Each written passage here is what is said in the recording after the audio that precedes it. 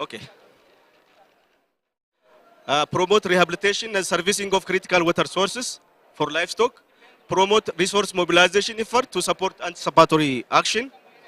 And strengthen coordination of anticipatory action by multidisciplinary sectoral agencies. Finally, promote restocking, especially in Djibouti and Somalia.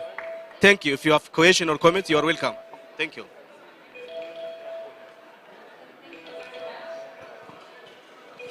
Thank you, Asmama. It's very well presented the outcome from the group discussion.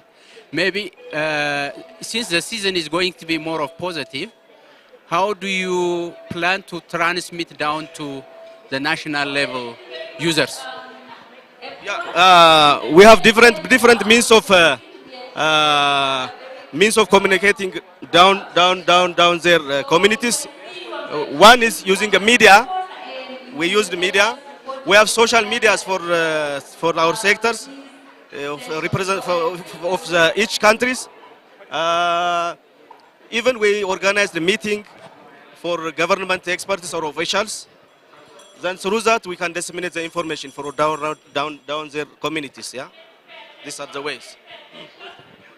The highlight of this session was, any comparison between the different groups give us benefit and impact, their negative advisory, and how it would be,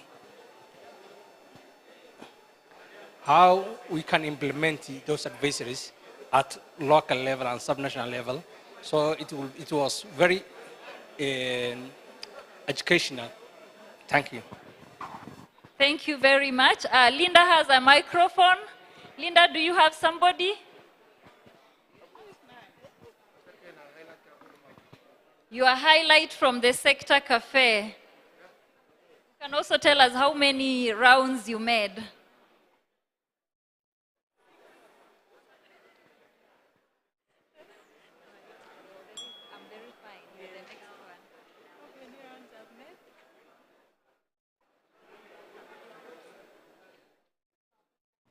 Okay, I think I'll give you this one, Goja.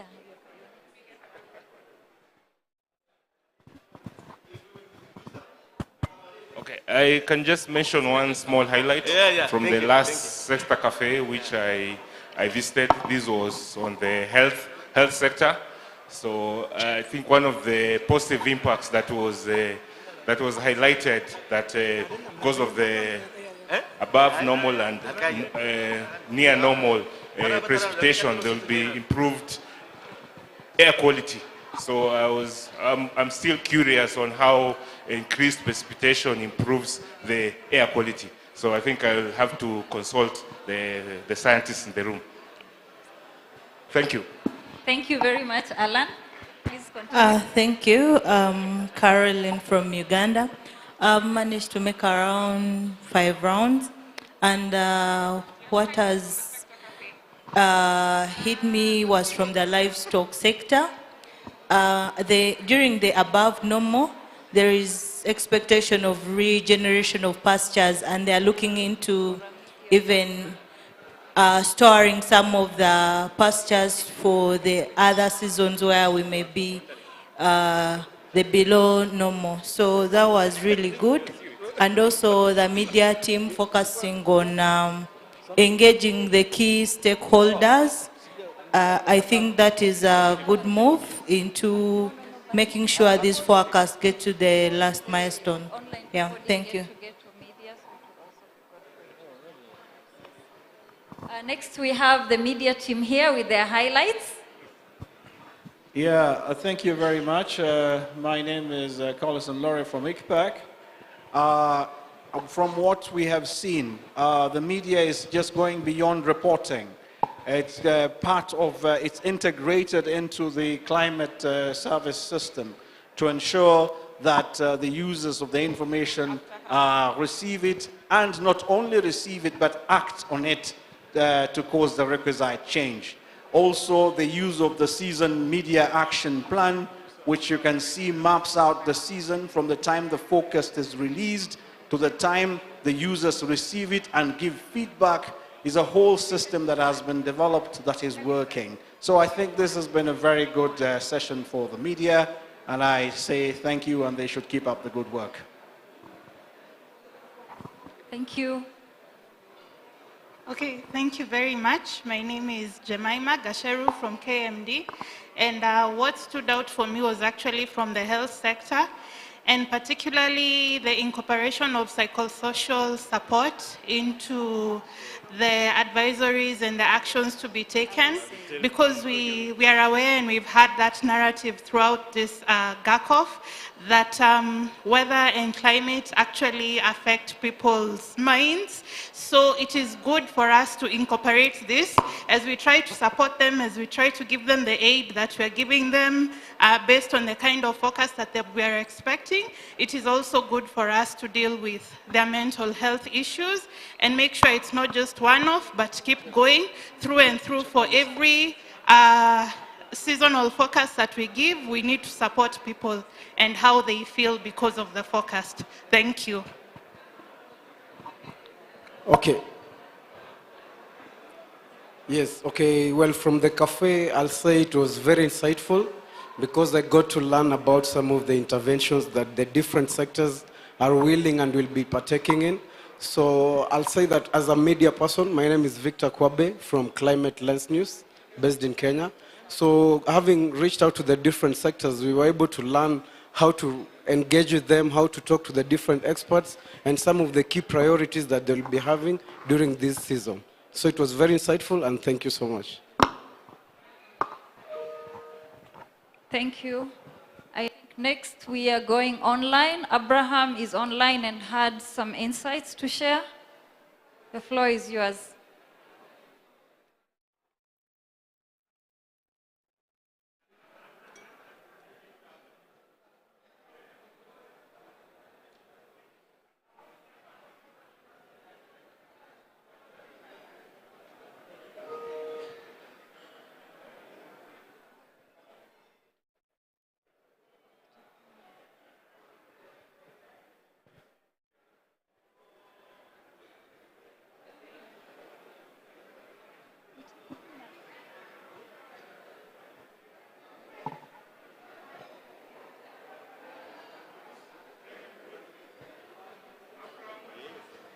Abraham, please unmute yourself.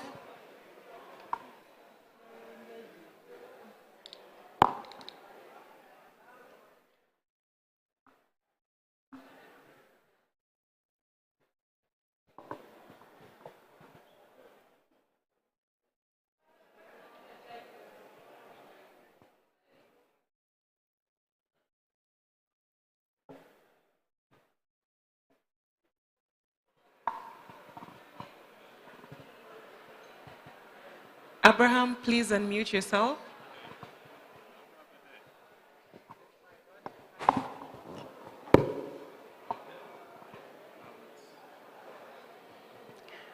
I think we're unable to get to our online technical challenges, so I think we can wrap it up there. Yeah, so I think we will stop there. Thank you very much for participating in the Sector Cafe.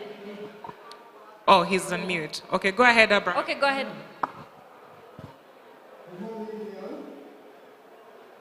Yes, we hear you.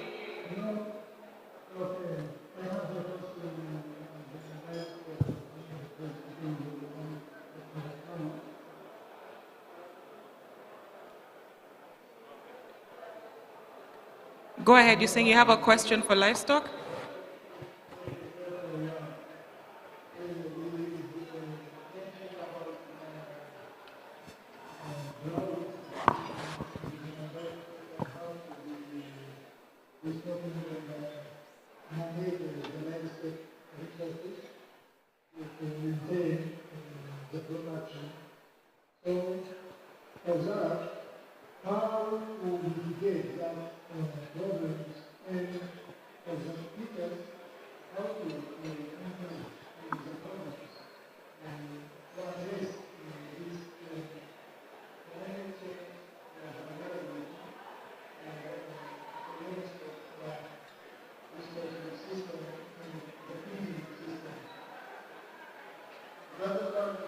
I think just one, because of time, just the one question. And I think the livestock, we will have the livestock person come and answer on the chat. And because of time, thank you very much. And I think people have already gone for tea. So for the rest of you in the room, you're free to go for tea and be back in the room by 11:20 for the next session.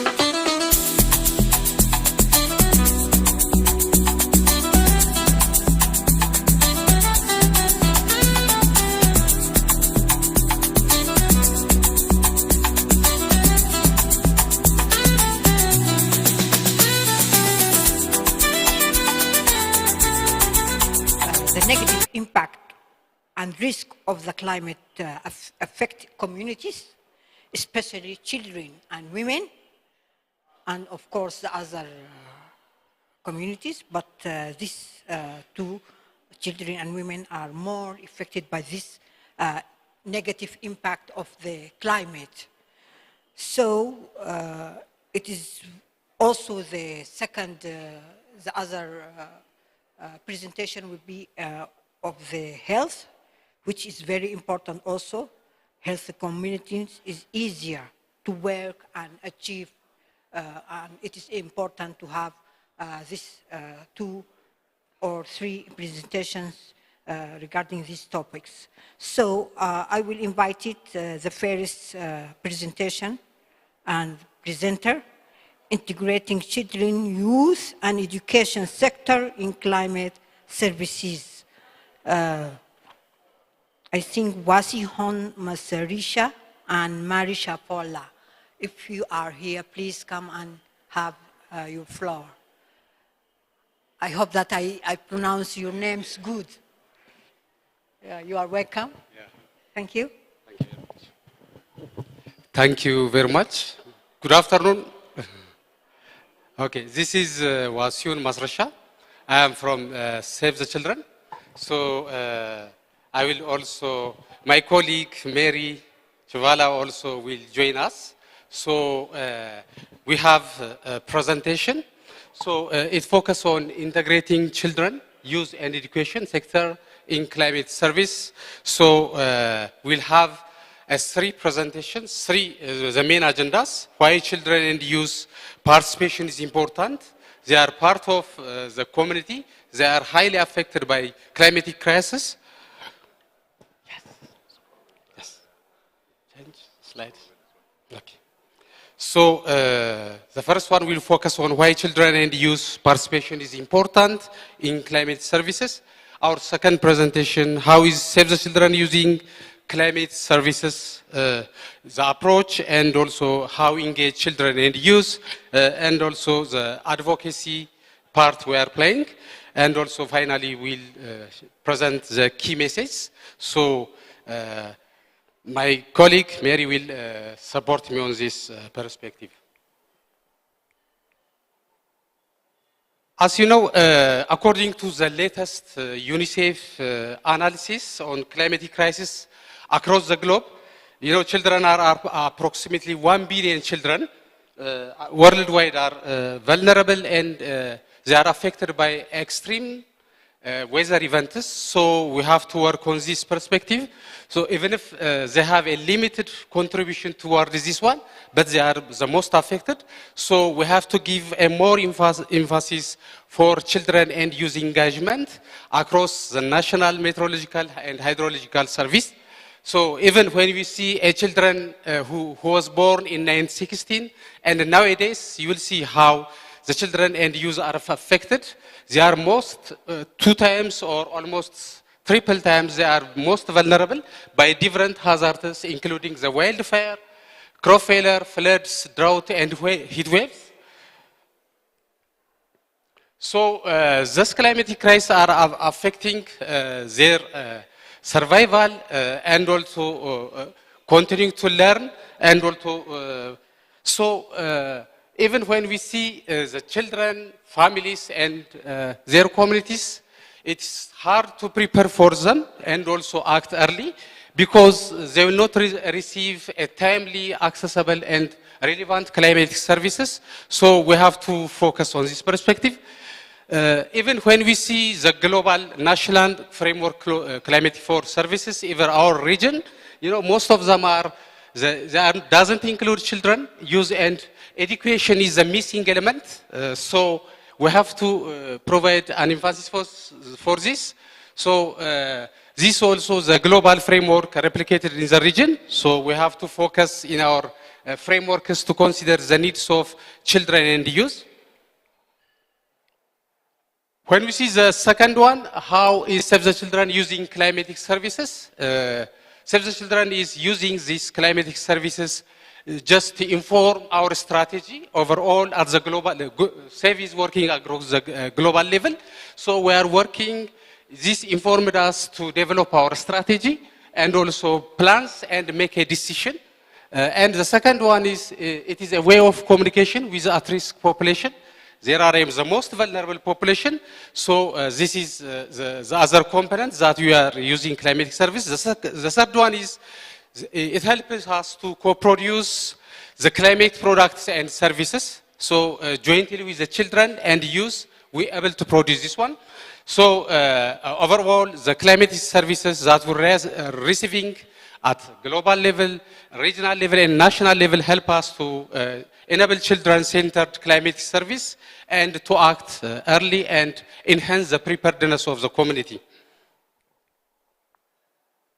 So I will invite Mary to continue the approach and what we did for the last few years. Thank you so much, Wasian. So in terms of our approach at Save the Children, we use a number of approaches. So basically, I just want to focus more on the approaches. So we have the 9 basic requirements of meaningful, ethical, and safe child participation. So as you are engaging with children, you need to make sure that at the basic minimum, these principles are adhered to. So basically, inclusion. How do we ensure that the communities and children and youth who are most impacted by that hazard are informed and involved and are able to provide feedback, but are also able to receive timely messages that can help them with anticipatory action. When you look at safe and sensitivity, how do we ensure that those communities remain safe, even in the opportunity that they might be impacted negatively by the hazard? In terms of the actual approaches, we have so many approaches, child-friendly approaches that we use. We have, for instance, the head mapping, which enables children to us to get information from the children in terms of how they feel about the hazards, what they see when the hazards happen, for instance, floods or even droughts. What do they hear from their communities? So, and what do they think? So children, as already been alluded to by my colleague, are adversely impacted by weather and climate. So it's very important that even as we are trying to reach the last mile, they should also be considered as stakeholders. We also have, for instance, the body mapping. So the body mapping helps them to understand, like when a hazard happens, what do they feel?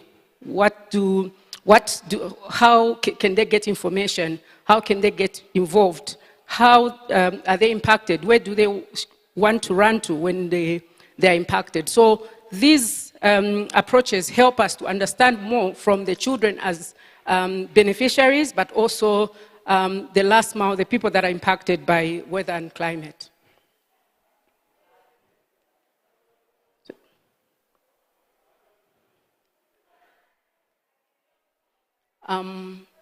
So in terms of how, as Save the Children, we've engaged the youth and children in weather climate information, we've been able to build weather forecasting knowledge by making sure that children are informed on weather forecasting, and they're provided child-friendly information. As we say, most of the scientific information and weather and climate is actually written in very technical and scientific language. So it's very important that that information is given to children in a child-friendly way. We develop child-centered weather advisories through working with meteorological departments at subnational level to actually turn this focus into child-friendly bulletins. We have so many countries within the Greater Horn of Africa who are already working with the Mets to be able to produce child-friendly information, which is informed by children's perspective.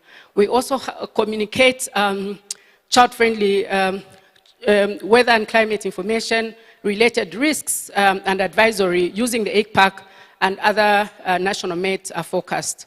In some schools, including here in Kenya and Ethiopia, we have GRIM clubs, which produce messages, weekly talk shows, where children are able to provide child-friendly information on the impact of the advisories and the alerts that are issued. We also have these create opportunities, especially in schools, for children to learn about safety, messages. For instance, we hear like children sharing with other children that they have anticipated floods. Please do not swim in rivers. Do not go into areas that where you might have some risks. So to actually provide safety measures in child-friendly way by children themselves. So these are some of the engagements that we've had on children themselves actually leading. For instance, you can see the discussion. These are children from the Somali region sharing their experiences on how weather and climate has impacted their lives. And also during using the talk shows to actually engage. In terms of what are our key messages that we want to share from our experience as Save the Children. Children are disproportionately affected by weather and climate change. So it's very important that they are able to be engaged by all the sectors. It is very important that capacity is given to these children and youths to be able to engage meaningfully. We also want to identify, so for instance, what we heard from the children from Somali region, and also here in Kenya, that schools are actually a center where children are actually given weather and climate information. So we hope other countries from this greater horn of Africa can adopt some of these best practices that we've seen, even in South Sudan, but also Somalia, where we are getting more and more information on how children, schools and teachers can be used as centers of sharing information on weather and climate change. We also want to encourage the use of the national frameworks on climate services to include children and youth and strengthen this interaction and collaboration. So end there. Thank you so much for this opportunity.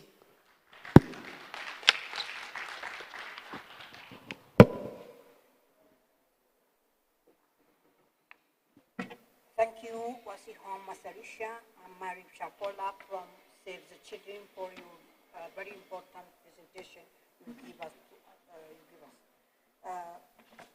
You know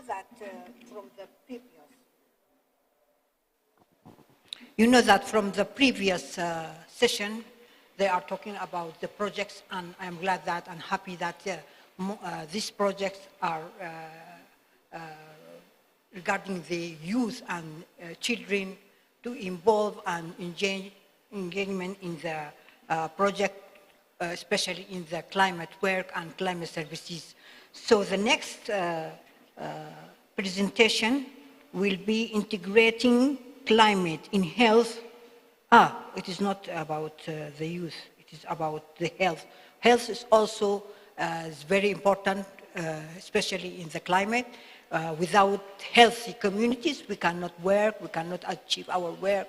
So it is very important to have this presentation, integrating climate in health emergencies. Please, Mr. Muhammad Duma and Wagu Boro. I hope that I pronounce your names in a good way. Thank you very much. You have floor. Thank you.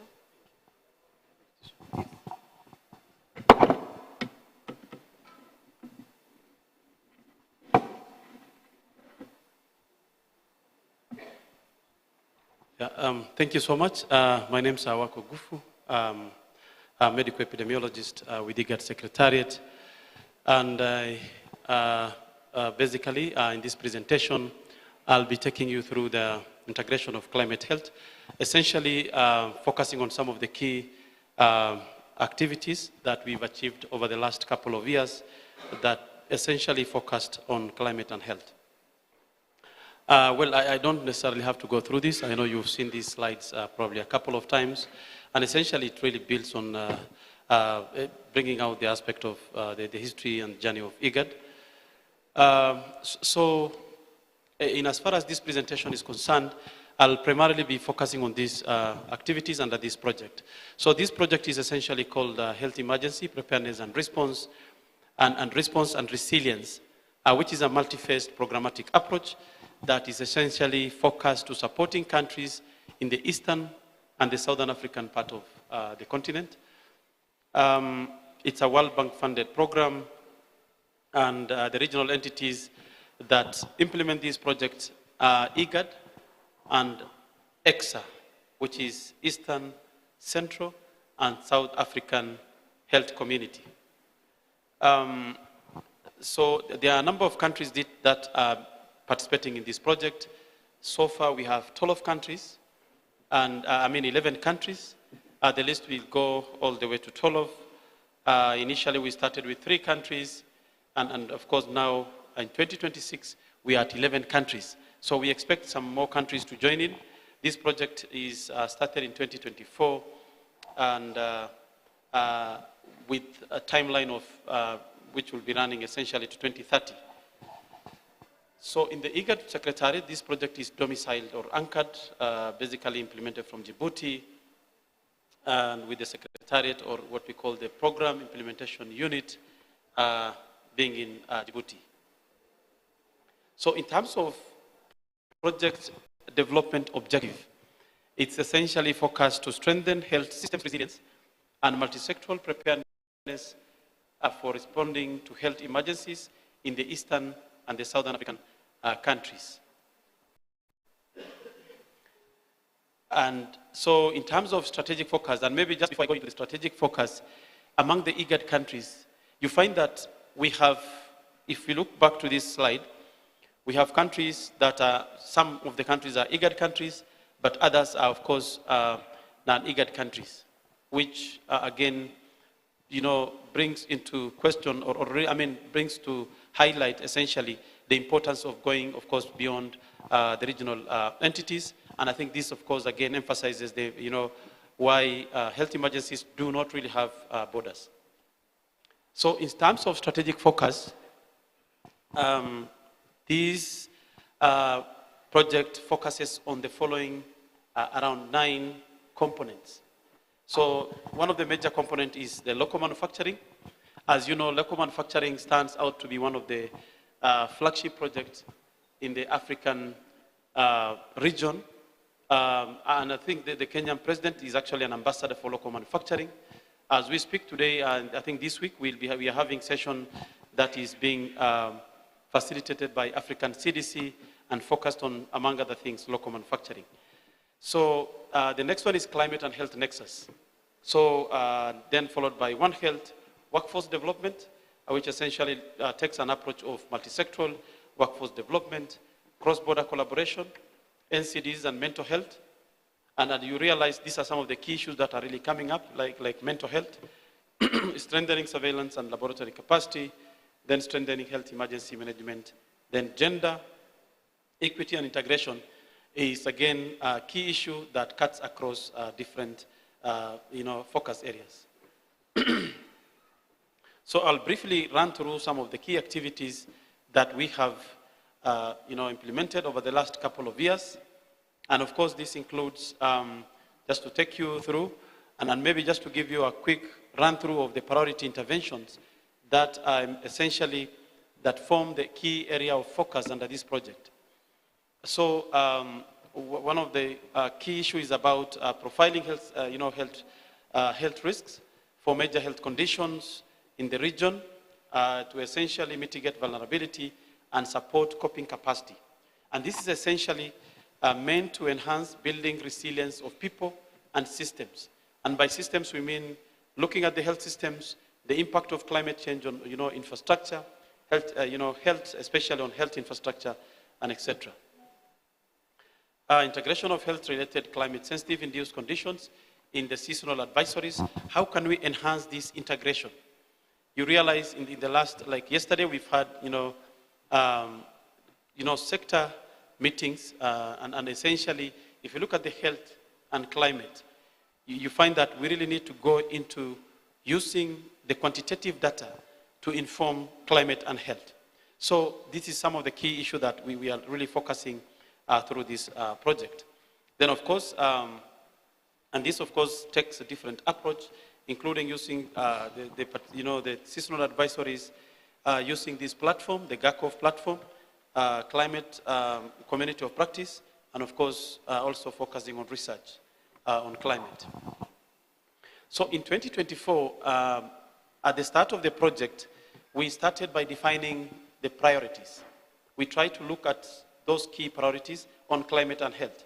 And of course, considering that not many organizations have really gone into the climate and health nexus issues. So we try to bring stakeholders together to kind of prioritize these key issues.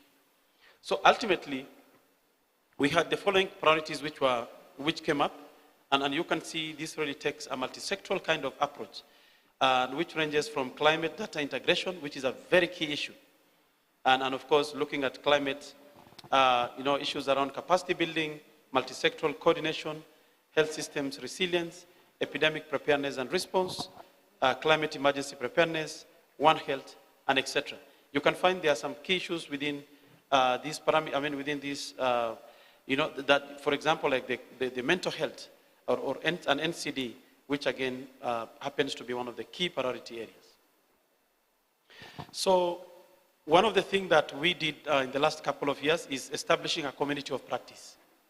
So this platform was created to enhance learning, knowledge exchange, experience sharing among the countries. And of course, we started this by convening participants from all the countries. So, and so we have an active online or virtual platform that enhances learning and of course experience sharing among the participants.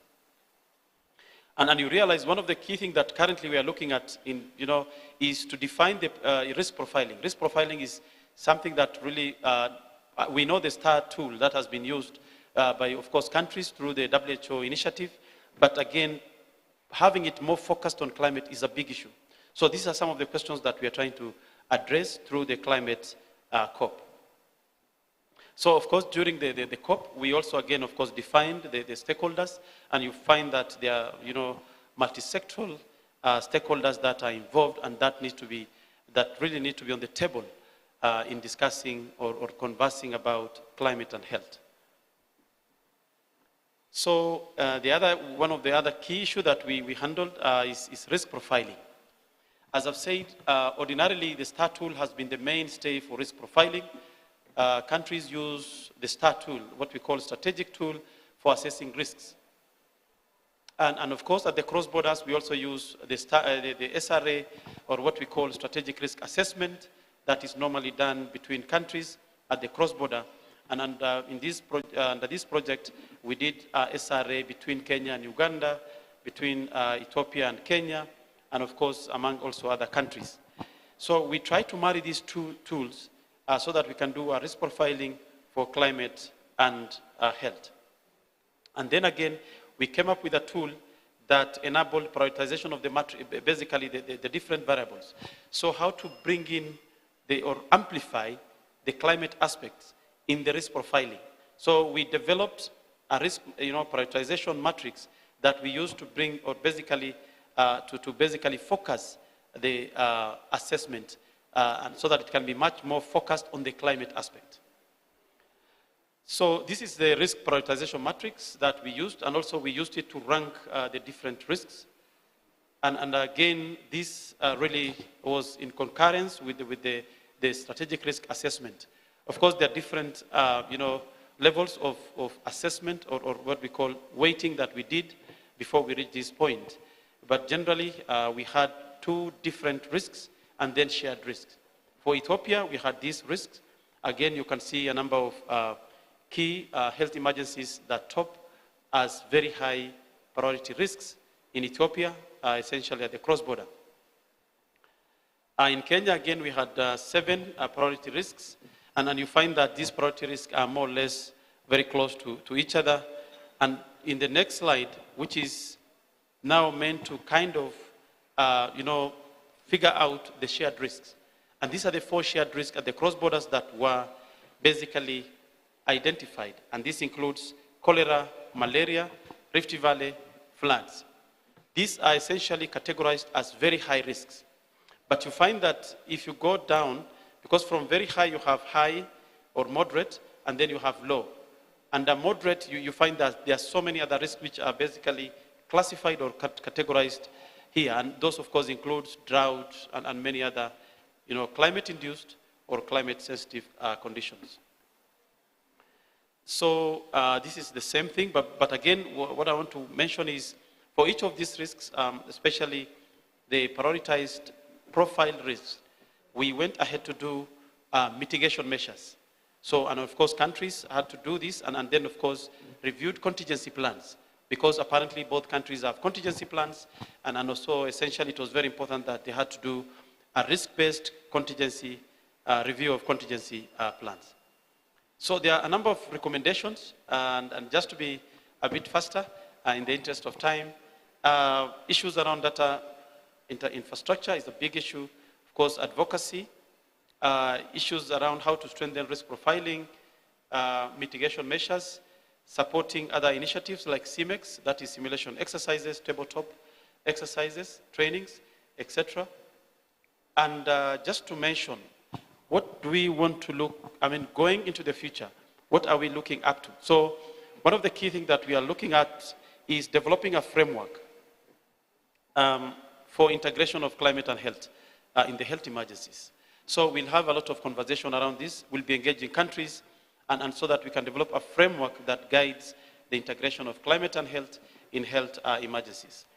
So among the countries that are participating in the health emergency program, we plan to see or enhance advocacy so that countries can get support, through the World Bank project, and of course also looking into how we can integrate the health, the climate health in the national action plans.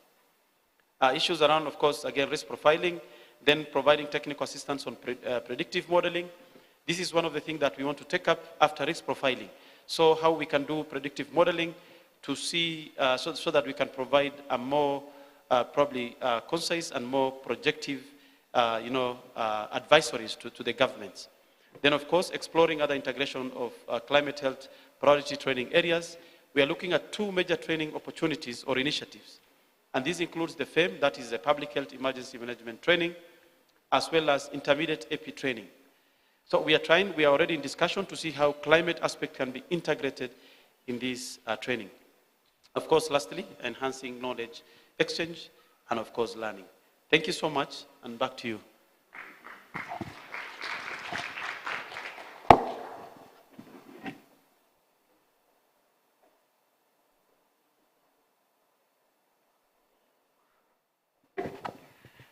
Thank you, Mr. Wago Poro, for your presentation. It is very important for us to have these healthy communities because you know that our region and countries are suffering from malaria, cholera, especially in the conflict, because as an example, in our country, Sudan, now we are suffering from cholera. Cholera, for a long time, we don't have cholera, but during this rainy season, because of the conflict, we are suffering from cholera. Cholera is very bad disease, and also malaria and many other diseases from the negative impact of the climate. So we need this emergencies, health emergency, and also we need to solve these problems regarding health community. Thank you for your presentation again. Now we came to the last presentation. It is about engagement of the youth to the climate and climate services. I welcome Mr. Samuel Moyo. Samuel, if you are, the floor is yours. Thank you. Please come. Co-creating climate solution with the youth. Yes. Good morning, everybody. Good morning. Oh, you guys are here. Awesome. You know, as a young person, and I won't be a Gen Z, but I'll try to be a bit lively. This is less of a presentation, I think more of a reflection, because I think you guys have had a lot of content over yesterday and today, but today is just, right now, just more of a reflection in terms of, okay, awesome. In terms of just, as young people, as we talk about climate services, climate risks, where are we putting young people in the conversation? Yeah, okay, hold up. I can use this, I think. There we go.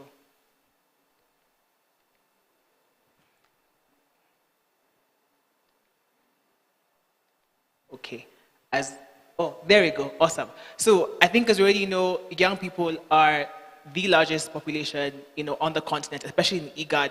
We see around 60% of the population is young people, right? Therefore, it means that as we talk about climate services, as we talk about engaging, communities, we cannot ignore the role of young people and even talk about women and, vulnerable populations as well. And we understand the fact that young people they face a lot of risk. Beyond climate, they're unemployed, there's limited education, employment opportunities, they're very vulnerable, and also they're very excluded from a lot of these processes where people are making decisions about their future. So I have 4 key main reflections, and of course I will share my experience as I go through it.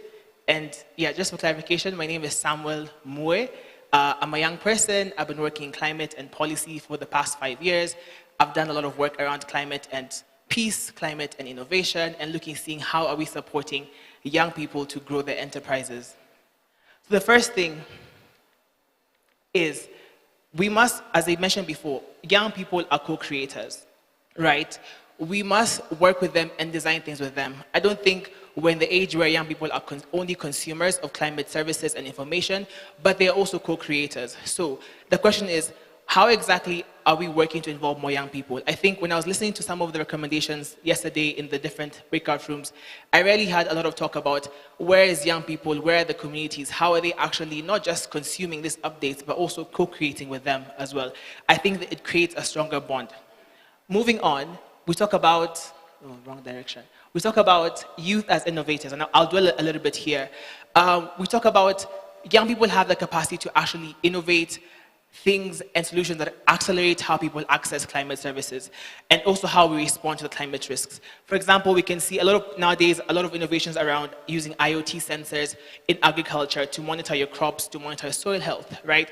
We're seeing the use of drones to be able to map out ecosystems and landscapes that took months and days to go walk around. Now you can easily see a whole ecosystem in just a few minutes as well.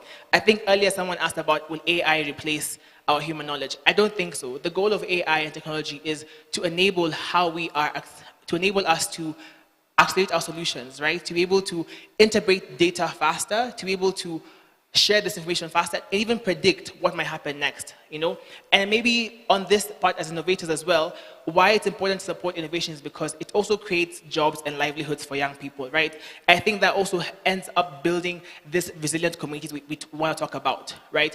If young people create jobs, people have access to money, they're able to access more, they're able to build stronger houses, able to access better food, able to improve their nutrition, able to improve their health, right? So how are we supporting young people to create, innovation and solutions, to create jobs, and to be able to support communities? Then, thirdly, we talk about young people as movement builders. Last year, this was at the Africa Youth Climate Assembly, which is the official youth engagement mechanism for the Africa Climate Summit. We brought together over 1,000 young people from across Africa, and we had the ICA declaration that was also taken up in the main declaration as well. And the biggest thing we're calling for was, how are we actually moving beyond all these talk and actually putting young people at these spaces, right? I think right now, allow me to just talk about Kenya as an example. You see, we've been seeing a lot of the Gen Z movement. We are building movements. We're using social media. We're talking about, we're reaching people where they are, right? And we can see young people are also pushing for how are we translating this climate services and information into understandable languages, right? There's so many, acronyms and abbreviations here and there, right?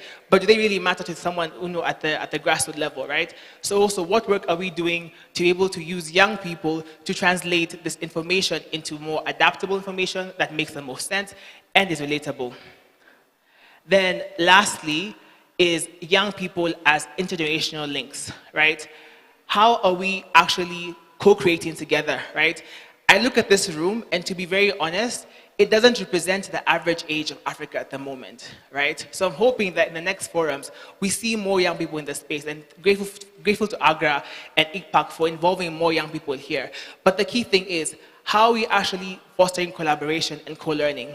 Are you giving us trust? We're not coming for your jobs, right? We want to work with you and co-create together and actually build this intergenerational links, across generations, because we are the links between the current and the future generations, So how are we kind of fostering knowledge amongst us and young people?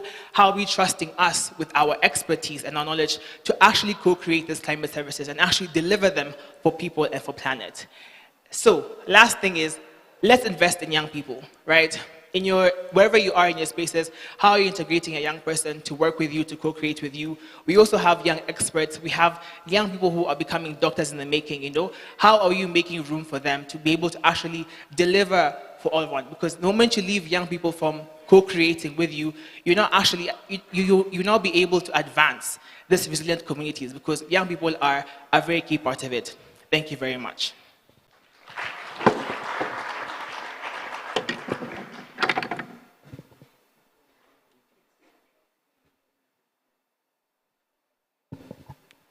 Thank you, Samuel.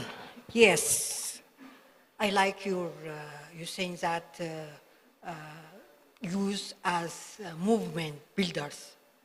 So the future is yours, of course. Yes, we have to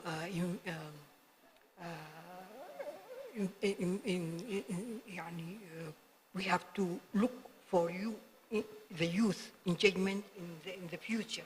We have to build on you. The future is yours, of course. Thank you very much. Now we come to the end of our session. We have now the chance for asking questions, and of course, if you have any remarks, you have the chance to tell us about your remarks. So now, if you have any questions, please raise your hands. Yes. Thank you very much for the three presenters. My name is Malak Nyanji. I work with ICPAL. On the first presentation on climate services and education, I think this is a very good thing going forward, because looking at our young people, they are shying away from agriculture because they are not integrated from an early age.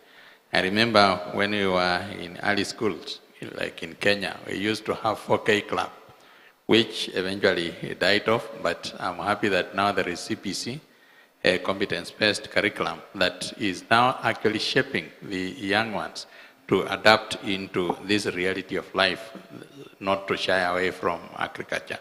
So for sustainability of this, are you also focusing on how this can be included into the curriculum for schools, so that it should not just be a project-based, because at the end of the project, what happens? It disappears. And then on the second one, on HE,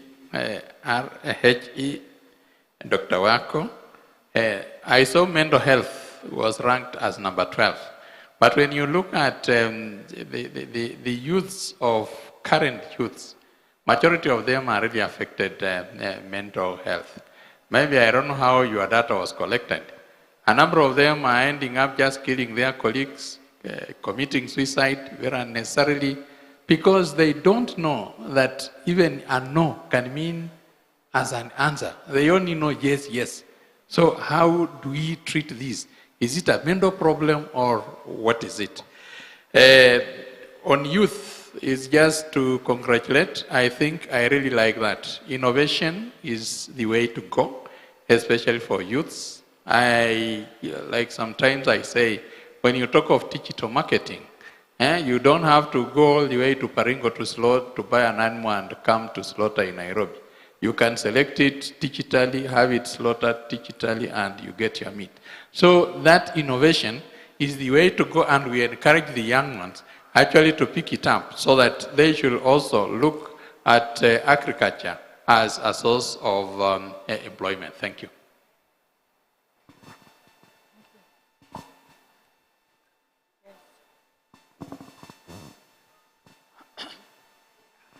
Any questions? Yeah, here. Okay.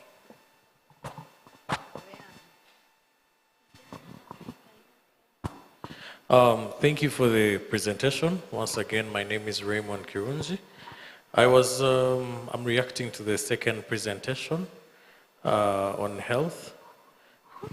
When I looked at the slide on defining climate and health priorities, I think I stand to be corrected. I did not see Uganda here, and I think we have some good information on this one. So I would like to encourage the presenter. Maybe we can sit down. We have a colleague from Ministry of Health and ourselves as OPM who coordinate government to business, and we can populate this section. Thank you.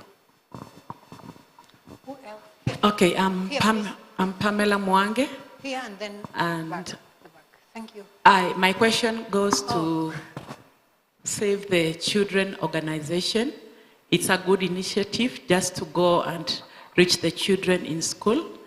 And what I'm asking is, have you faced some challenges in trying to collaborate with the health sector? And how are you using these challenges?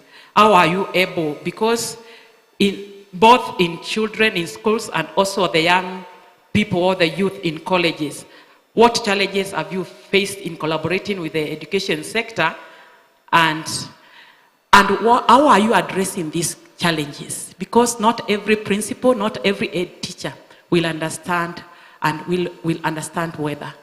Thank you.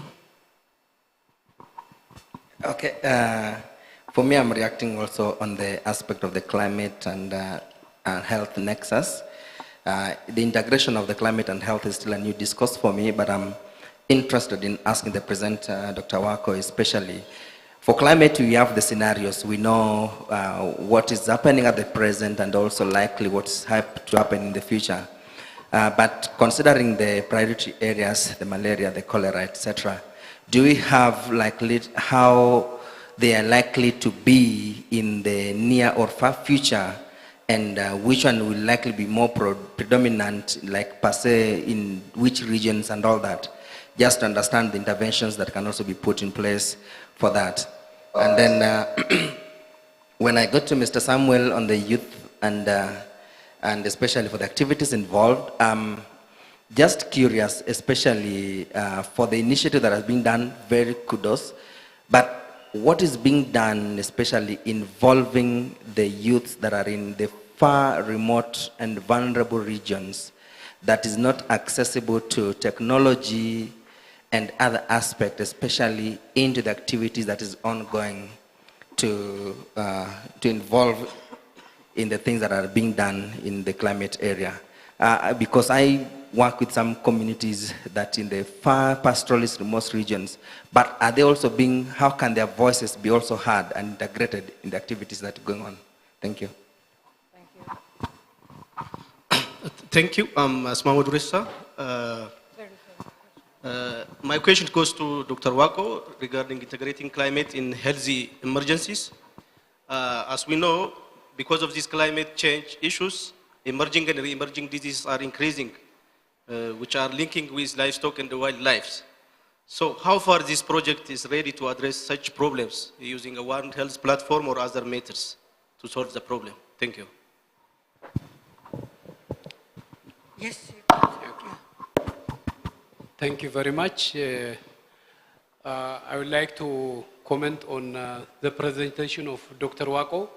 Thank you very much for the informative presentation. I've seen the strategic focus areas are very important. Maybe in our setting, one of the areas is the laboratory capacity, in which it was well demonstrated in Ethiopia related to the Marburg disease. As I've mentioned yesterday, it was declared Marburg virus disease is no more a problem for Ethiopia and Africa. That is a good news from our perspective. But one of the success stories that we can mention and we have to cascade is that this is locally identified. So we have to have a capacity building scheme across. There is a border health collaboration. So I think we have to have that platform in place. And the other thing is the workforce development. What is the succession plan we have in place?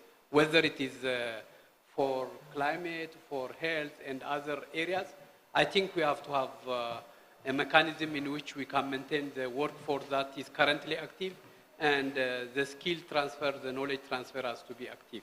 And one thing I love to see in this GACOF is the participation of Africa CDC. If I'm mistaken, I stand to be corrected, and their presence and sharing what they are doing and what they would like to do is very important for us. Thank you very much. Yes, any question or remark, please?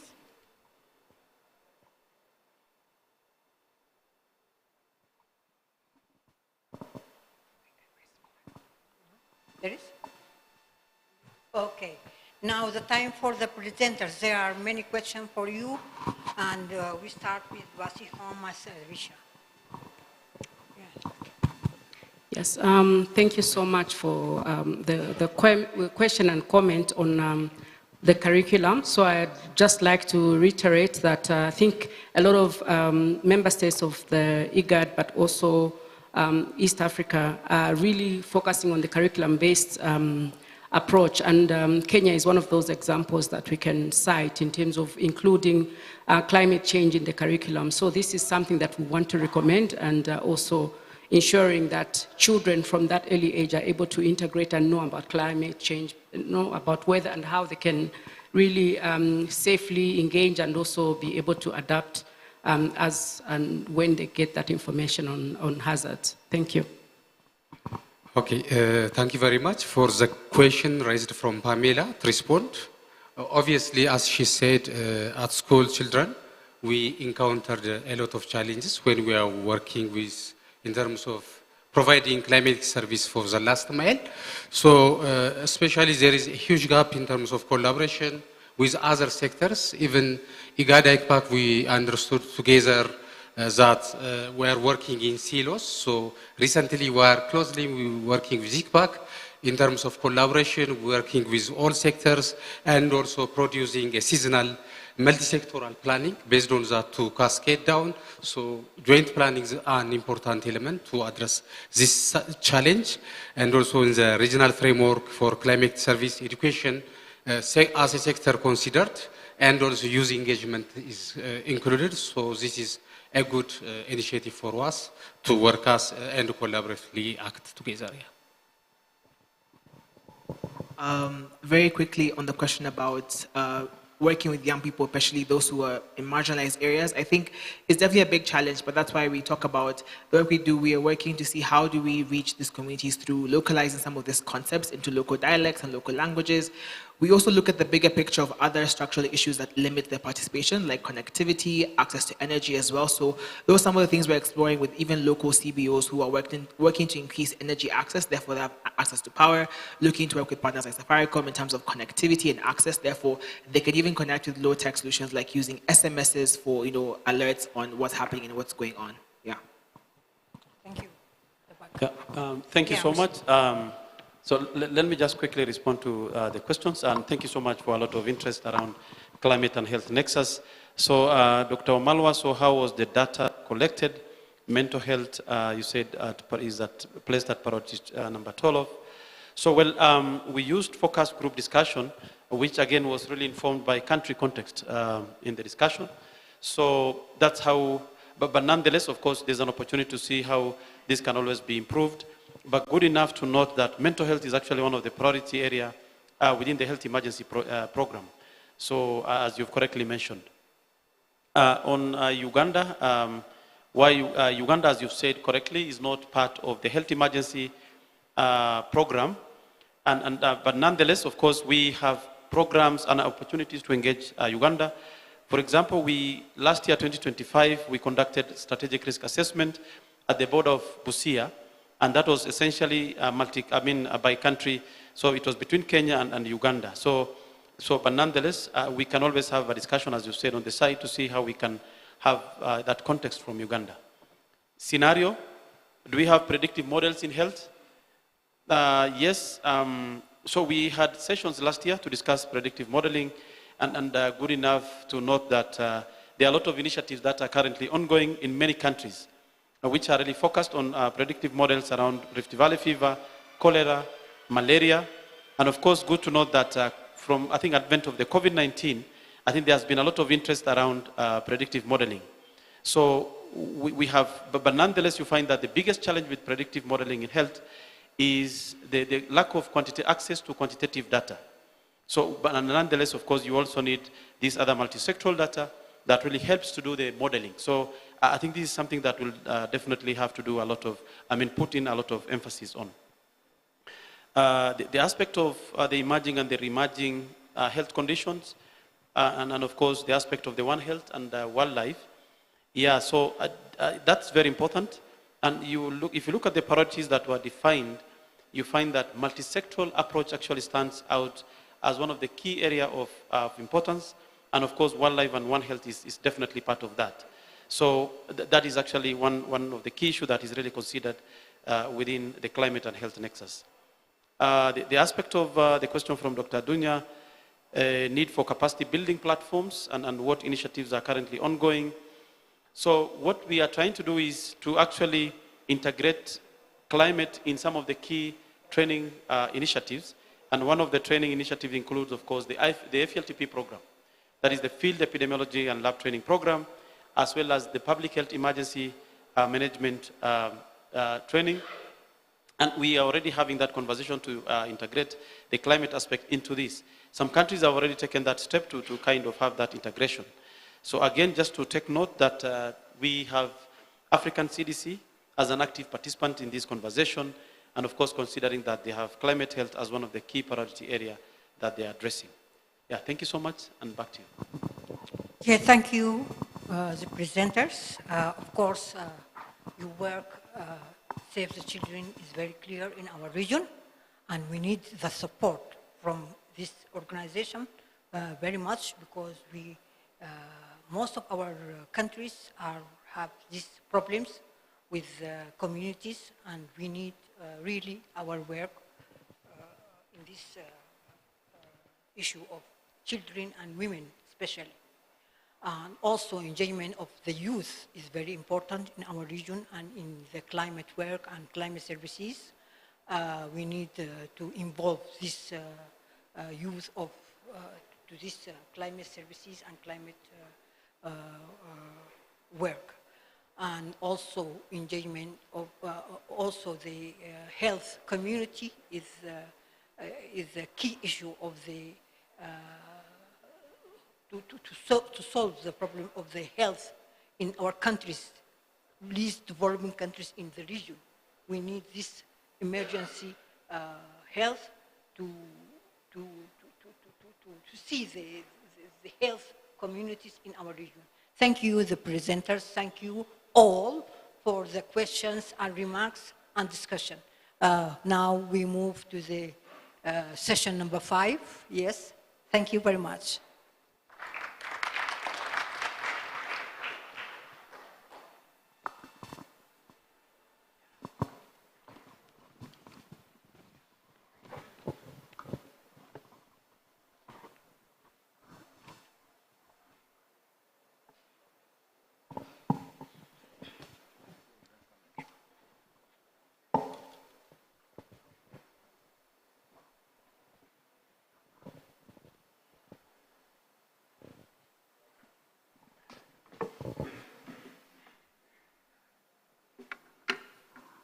Good afternoon. I think we're already now in the afternoon. Of course, it's my pleasure, and of course I'm privileged to moderate this session number 5, on the emerging science and applications, a session that will bring together cutting-edge science, practical forecasting tools, and operational systems that directly support community resilience, anticipatory action, and informed decision-making. This session is particularly important because it moves us beyond theory and into how science is translated into action. How observations, forecasts, thresholds, and triggers are being designed and applied to reduce risk, protect livelihoods, and enable early action across sectors. We will begin with a presentation on National Integrated Observation Forecast Systems, where Mr. Philip from KMD and Dr. Chris from UCS will share insights on how integrated monitoring and forecasting systems can strengthen early warning, preparedness, and resilience at community level. This presentation will also help us understand how national systems can be better aligned to serve both technical users and vulnerable communities. We will then hear from Mr. Alex Ogello, who will also present on impact-based forecast for the agriculture sector. This is a critical topic also, as agriculture remains one of the most climate-sensitive sectors in our region. His presentation will also highlight how translating forecasts into sector-specific impacts can support farmers, planners, and policymakers to take timely and appropriate action. Finally, we will also have Mr. Anthony and Mr. Crimson both from ICPAC, who will provide an update on the progress in anticipatory action, focusing on thresholds and trigger system. This presentation is especially relevant for strengthening early action frameworks, improving predictability, and ensuring that scientific thresholds are operationally meaningful for government and partners as well. Following these presentations, we'll have a short plenary session, which you as participants will intervene, where I encourage participants, all of you, to reflect on how this scientific advance can be better integrated into national systems, and how thresholds, impact-based approaches can also be aligned with decision-making and financing mechanisms. And last, you'll also intervene with how collaboration between meteorological services, regional institutions, national disaster risk management authorities, and sector actors can be further strengthened. I would like to encourage also presenters to keep within their allocated time so we can allow space for discussion. I think we have about 50 minutes here. So with that, at that juncture, I'm pleased to invite our first presenter, Mr. Philip, and also Mr. Chris, to take the floor. Thank you very much.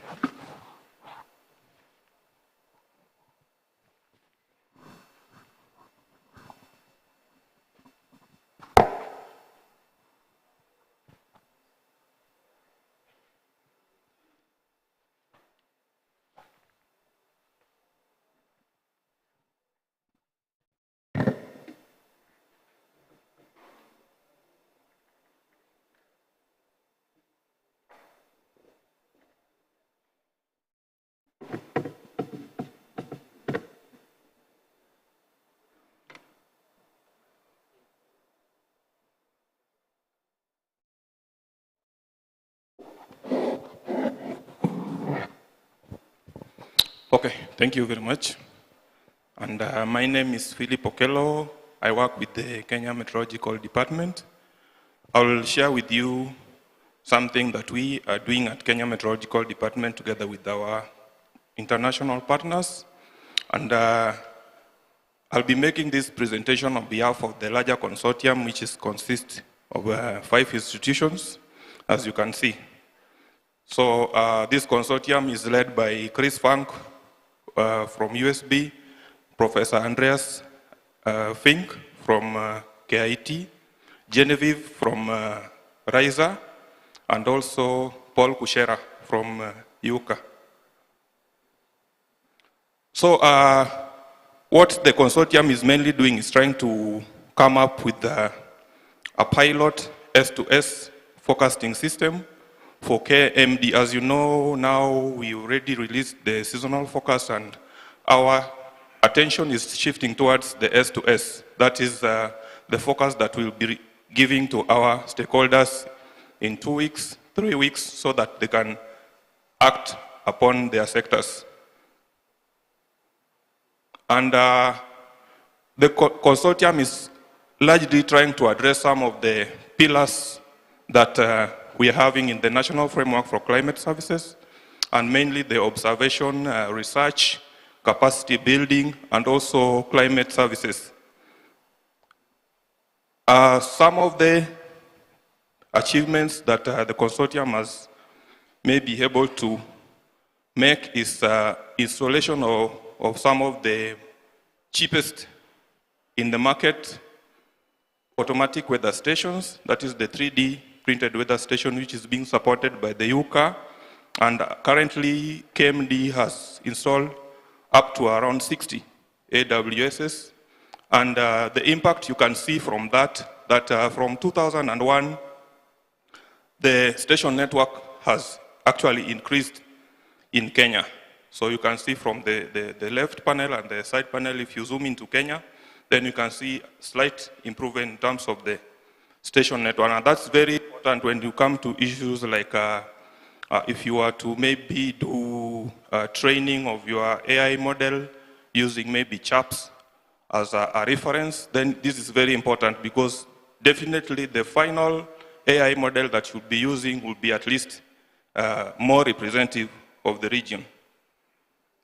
And so some of the, now the 3D printed stations in action, you can see some of the stations which is enhanced, the CHAPS version 3 enhanced with 3D, showing during the last season extremely dry conditions in most parts of Kenya, as you can see from the anomaly of the precipitation. So maybe this slide, I can say, will be of interest, given that we are comparing some advancements in the S2S models.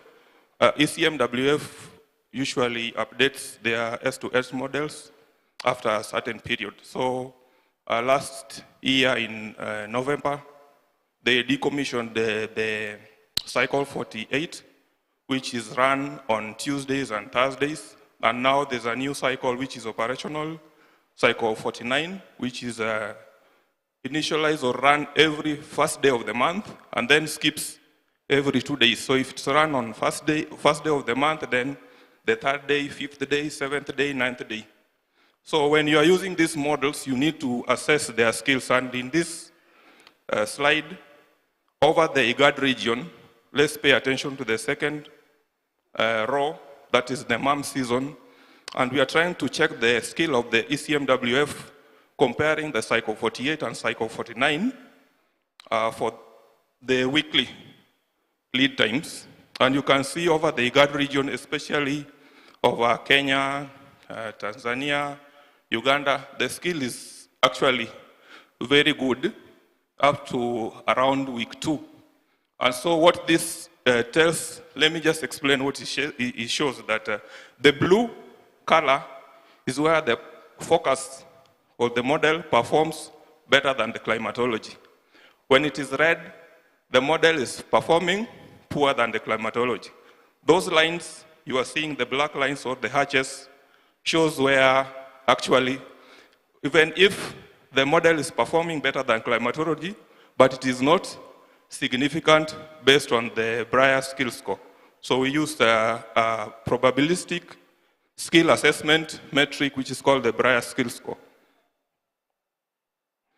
And we then tried to do something about Kenya also. And now we changed the resolution from the IGAD domain, which is we did using 1.5, and then changed the resolution to 0.4 and ran the same metric over Kenya and checked the same skill for Kenya on the right panel. And you can see there's a mixed skill between week 2 and week 3.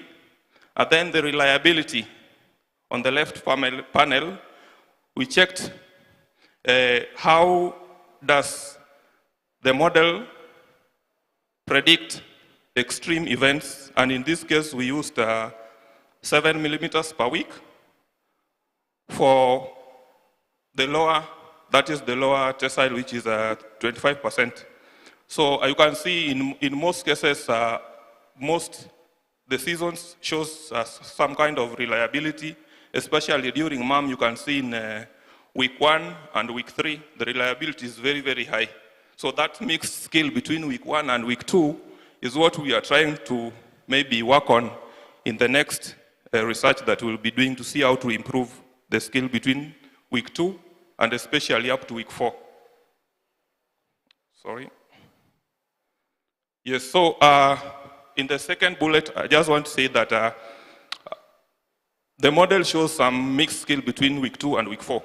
And so we need to come up with some metrics to improve the skill of the forecast. And that one takes me back to a question which Dr. Brian Ayugi from the WISE Academy asked, that we need to compare several metrics of how to do the downscaling, both statistical, AI, and also dynamical. And also within the consortium, we tried to check on what was experienced within the region, especially in Kenya, the dryness. What were some of the drivers which you could maybe point to? And one of them was the Indian Ocean gradient.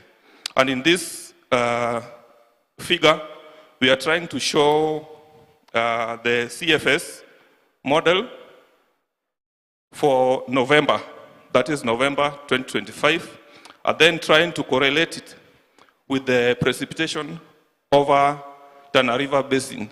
And so you can see from this figure that the two boxes there show some kind of a negative and positive correlation with the Tana River Basin precipitation.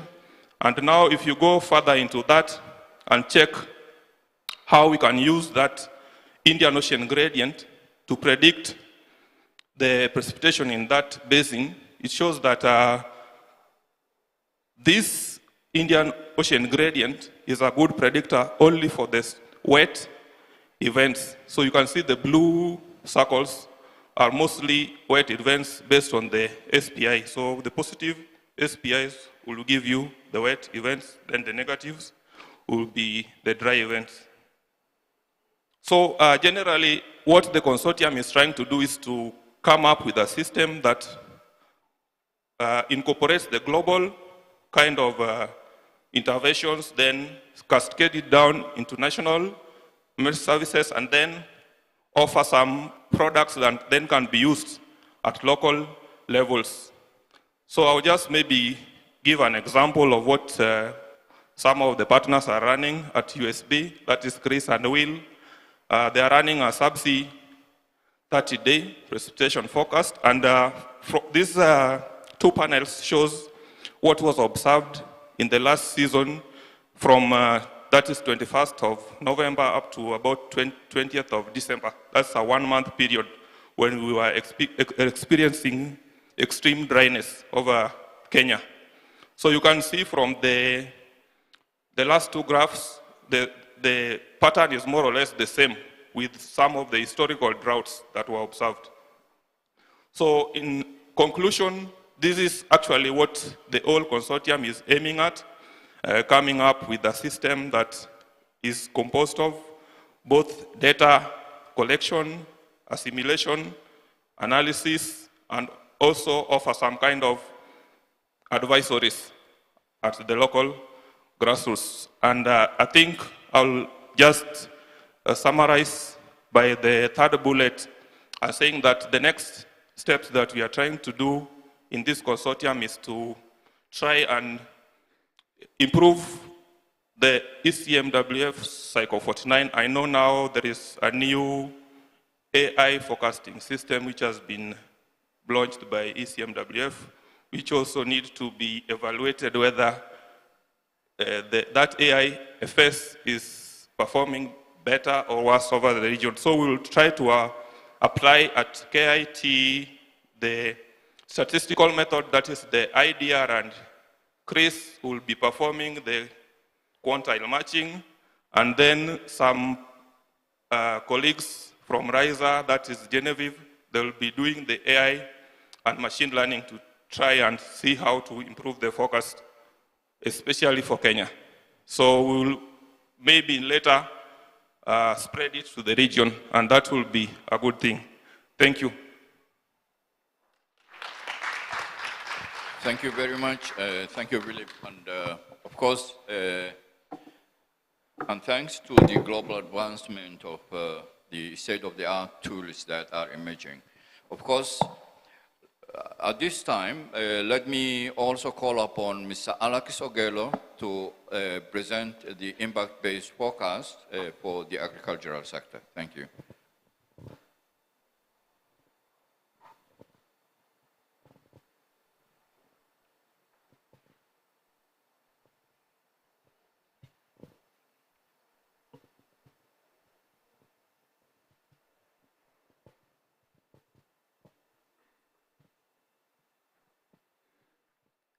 Thank you very much, moderator. And just like yesterday, we were given a forecast on how the season will be, and the best way to make use of the forecast that we were given yesterday is now to bring in the aspect of impact-based forecast.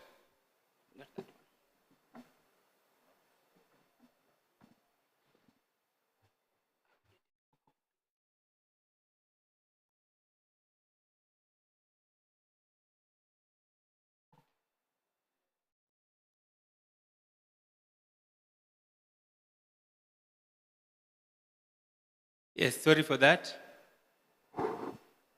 As we wait the technician to help on that, to make use of the seasonal forecast and also to ensure that the uptake is essential to enhance the productivity at the rural communities, especially in the rain-fed areas, is quite essential to bring in the aspect of impact-based forecast for agriculture. This morning, my colleague talked about IBF for flooding. And for our case, we are talking about impact-based forecasting for agriculture.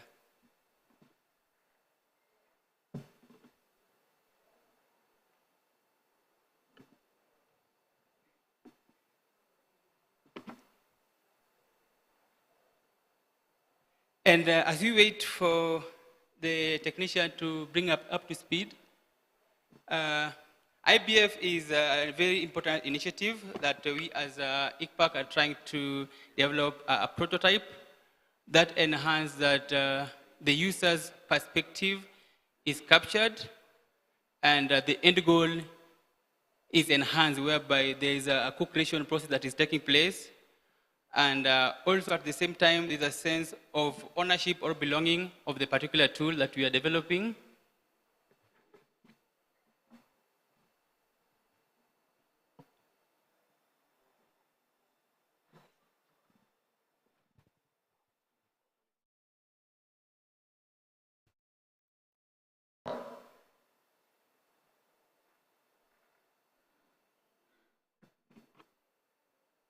Yes, finally, thank you very much, and sorry for that.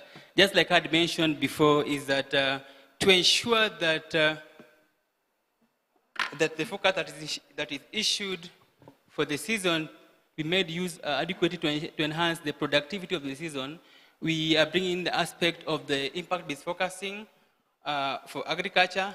And for this particular presentation, we'll bring a case study of Machakos and Makueni area. And to bring everything into perspective, what is this IBF and why is it important? One of the things is that it focuses on how the extent of the impacts of the crop yield, and what question is it trying to answer? It probably give us the information, adequate information on how severe will the consequences of the hazard that has been predicted will be. And normally for an IBF to be operational, we need input information, which normally is a logical forecast, the weather forecast that was issued yesterday, and also the exposure information is also very relevant. At the same time, we need the vulnerability data, which entails the livelihood, infrastructure, education, ICT. And normally with that information, we have the target output, which normally it's based on maps, bulletin, interactive, outline, the anticipated impact that we expect, the number of people in the cropland, in the rural community. And with this in mind, we have the end user in mind, because this is an IBF for agriculture, and this could be decision makers, humanitarian agencies, farmers, county government, national government, insurance, planners, bankers, and this information will normally inform them on how to respond and react to any anticipated impact. And essentially, the end goal is it enhances the anticipatory planning and prioritization of the resources. Where do we take the resources first? And something that we as ICPAC, we ensure that because to develop this, we need to keep the end user and the key stakeholder of agriculture in mind. We organized a user engagement exercise, the better part of last year, whereby we identify different key stakeholders for agriculture. At the same time, we engage the user, and as you can see, the pictures there. This was a very, very interesting exercise and very productive, and this was very intentional to understand the need of the users. What impact do they want to know? What necessary data do they believe reflect the impact of climate impacts on the ground? And what data, socioeconomic data, do they believe is relevant to mimic the vulnerability? And also what climate variables is essential in giving an information on the impact base.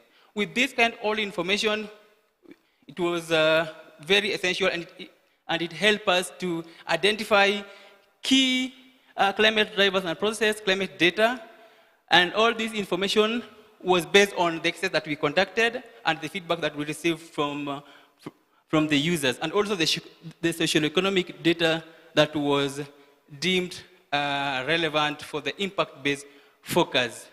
And as we all know, once the focus is given out, people are always very interested to know where will there be drought, where will there be excess rainfall, and for some key stakeholders who are very interested to know the percentage of croplands that are being exposed to specific drought class. It could be extreme drought, it could be mild drought, it could be severe drought, and with this we are able to get from different sub-county the percentage of cropland, the rural cropland that has been exposed to drought. At the same time, within the region, we are able to quantify what the size of the acreage that has been exposed to a specific class of the drought. And this can also be tailored down to areas that will receive excessive rainfall, because we know that when there's excessive rainfall, there might be waterlogging, floods. This can also be tailored the same, apart from the drought aspect.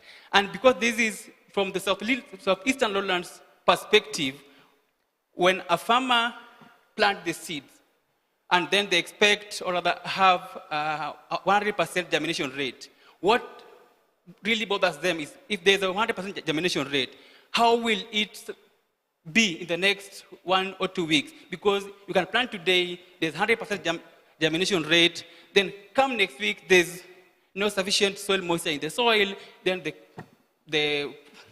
your germination start yielding. So something that we are also developing is the scenario based in terms of the availability of soil water in the soil. And this is based on the scenario base, whereby if the onset is today, and if we give a rolling weekly basis in terms of the availability of soil moisture in the soil, will it be able to sustain after the germination? So if you also plant on scenario 2, if you plant on the second week after the onset, how will the soil moisture availability in the soil be able to sustain your crop germination up to a certain germination stage? Because we know that different crops have different phenological stages, and every phenological stages, they have different water demand. And this can also be able to help us get the mean of the water available in that particular initial stage. This is done differently because at every stage, plants need water at different amount. And also, what really came out with the farmers is the issue of pests and diseases, because it was very clear that when there's excess rains, there are some diseases that are prone, and when there's less rain, there are also some diseases that are always very likely to happen. So what we are also developing is estimating the potential risks of these pests and diseases, and this is provided on a weekly rolling basis and based on various scenarios, based on the onset of the rains or based on the planting date. So if you plant today, what will be the risk of aphids happening? So this information we shall be able to provide the bulletin, the recommendations, and also this also provide information which area are likely to get risk of fall armyworm or risk of aphid. And this will also be provided in IBF color, which is most people know the more the street lights, whereby when it's red, there's an extreme risk, when there's green, there's no risk.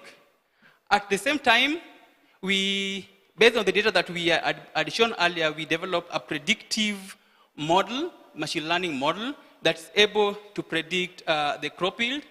And with that, we are able to estimate the percentage change of the crop yield based on the historical yield in that particular region.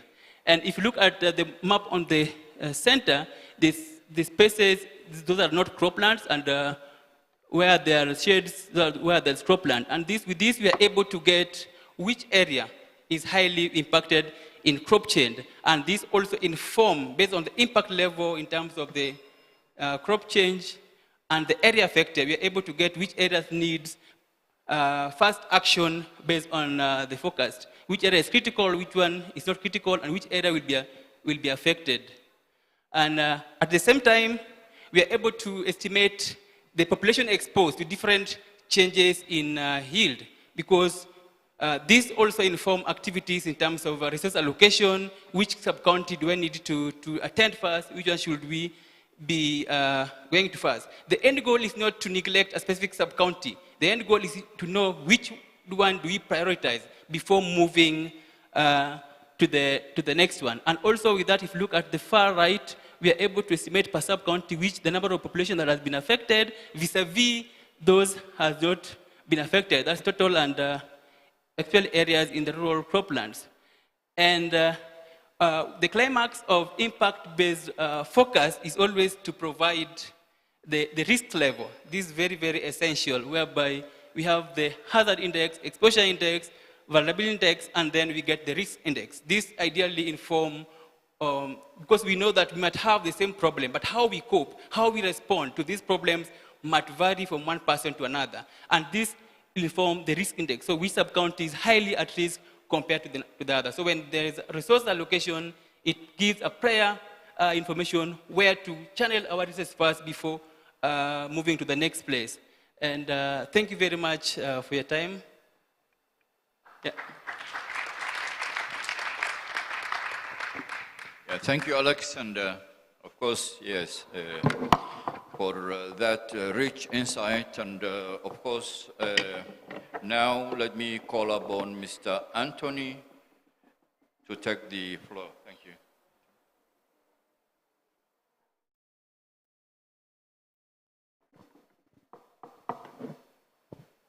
So good afternoon and welcome to this session. I'll be sharing this with my colleague Crimson. So I have to take the first 4 minutes and then you can take the rest of the time. So this is work that we have been doing for the last few months to develop a regional thresholds and trigger system such that for relevant hazards across the region, we are able to anticipate them in advance and develop relevant early actions.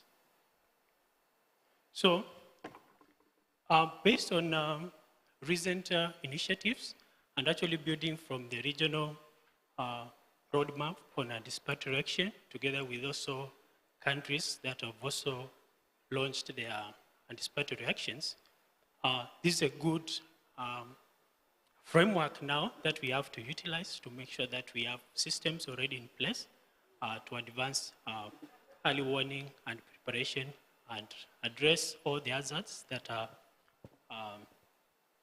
relevant to this region.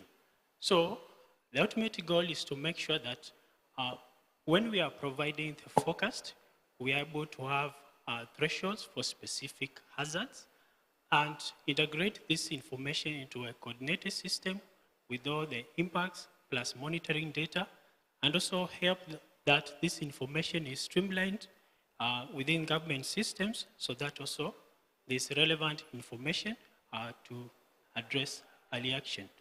So we are looking at various types of hazards, and for this we are first prioritizing droughts, extreme heat, and floods, taking care of both the forecast, the monitoring aspects, together with the impact data sets, so that livelihoods, economic indicators, as well as environmental indicators, all this will be taken care of in order to have a wholesome platform. And just that is a sample of the probability of a moderate drought, like for the last year OND. My colleague will give a demo on this. And one of the products that we are targeting to generate is a sample like this on a table format. This is just a draft version that we are still working on, such that when the respective probabilities together with for respective hazards and for specific regions, when all these thresholds are met, we are able to issue the relevant advisories for early action. So the idea is that we aim that with all the stakeholders on board, we are able to coordinate this in order to generate tailored information in terms of the thresholds, the impacted data sets, so that this system can be adopted by our early warning centers and governments. Thank you very much. I invite Crimson.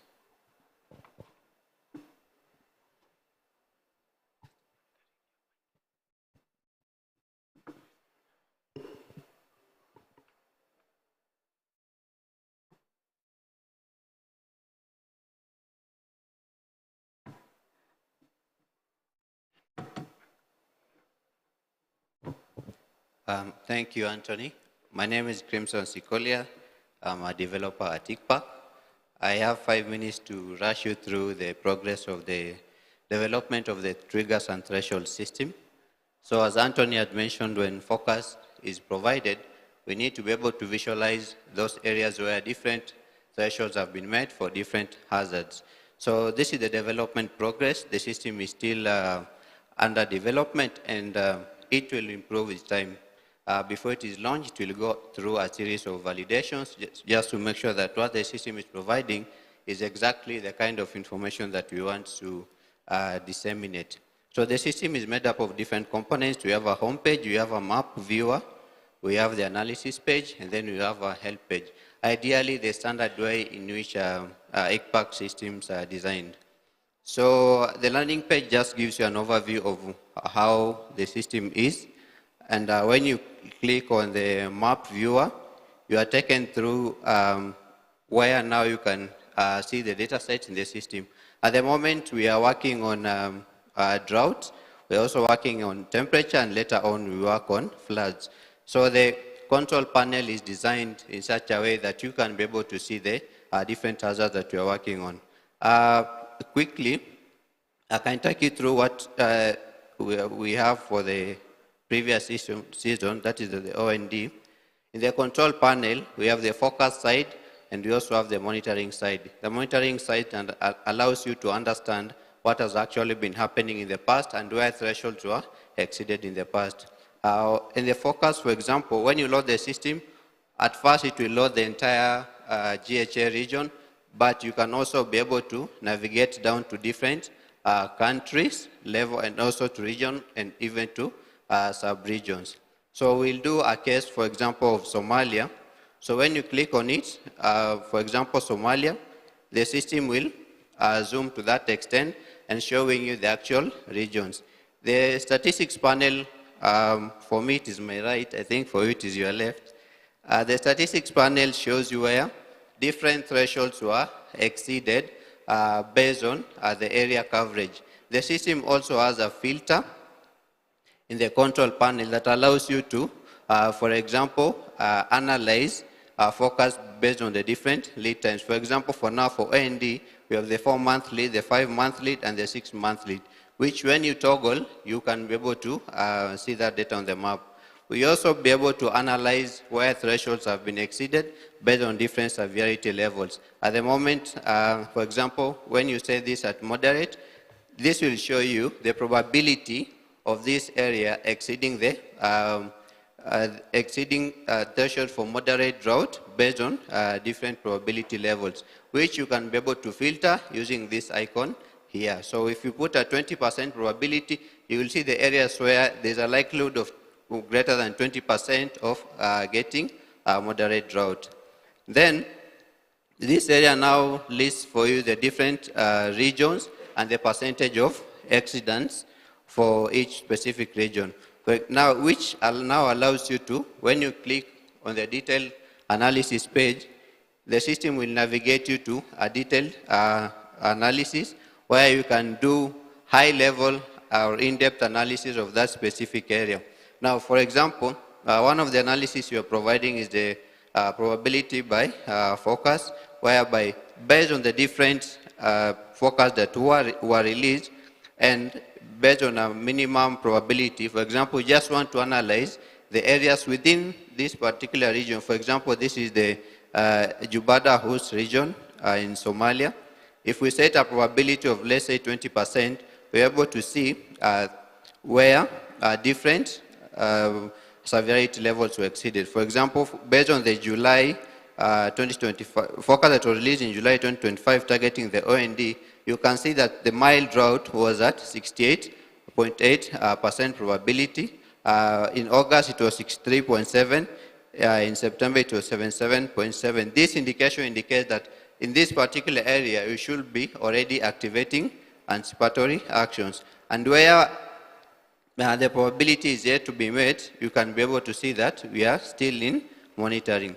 We're also providing a way for you to analyze that specific area by visualizing how the focus was performing based on different return periods. For example, if you select moderate or severe or drought, you will see the maps will update based on exceedance of the threshold in that particular area.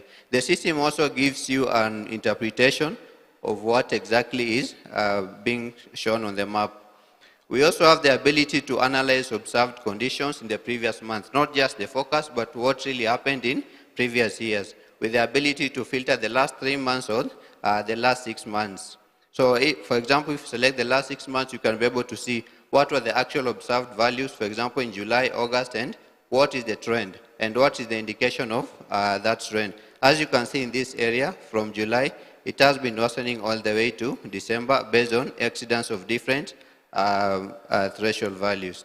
We're also providing for historical drought events by season, whereby for the last 35 years, how many times has this area exceeded different thresholds. So you can be able to analyze that through this table. We're also working on being able to analyze the recent forecast for that area, whereby you can see the different temperature values and even the rainfall that has been expected in that area over time. So this report can be downloaded by the user of the system, which can be used to inform decision making in terms of anticipatory action.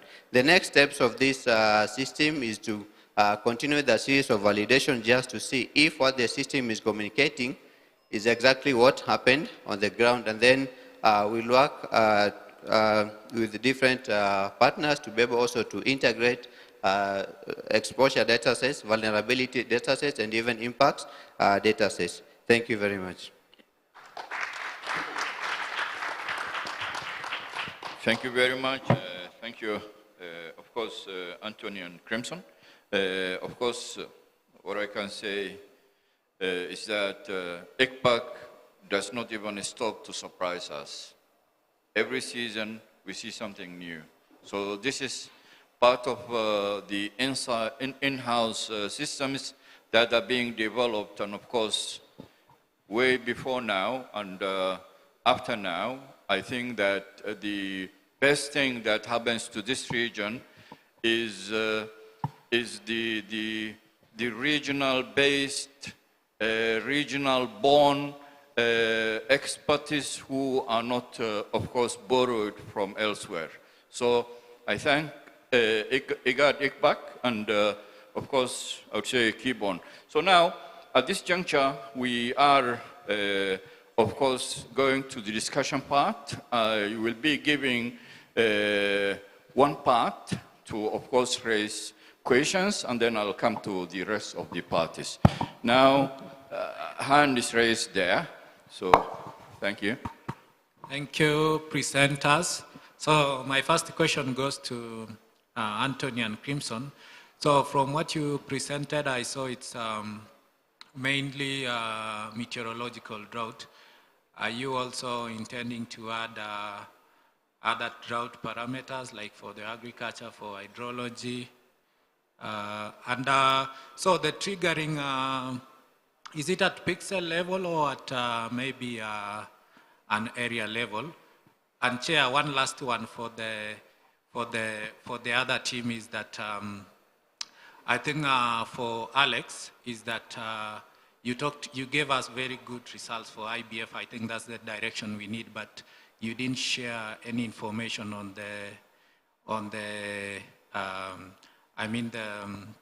did you do any verification to see how it performed? Yeah.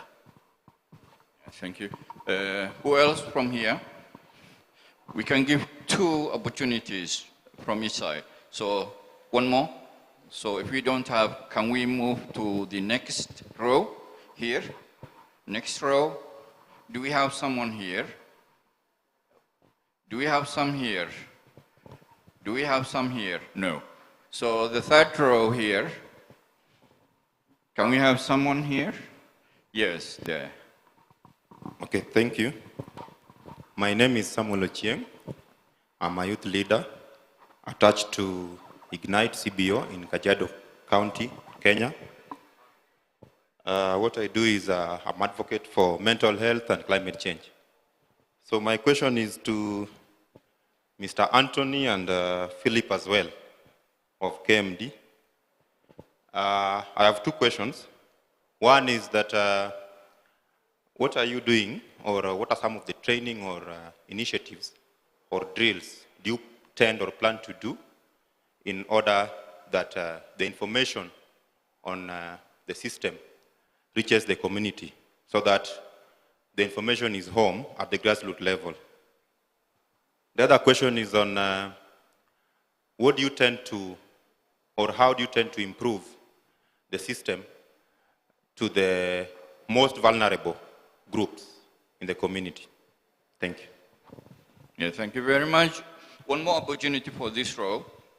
Do we have one more? I think, no, yeah, back there.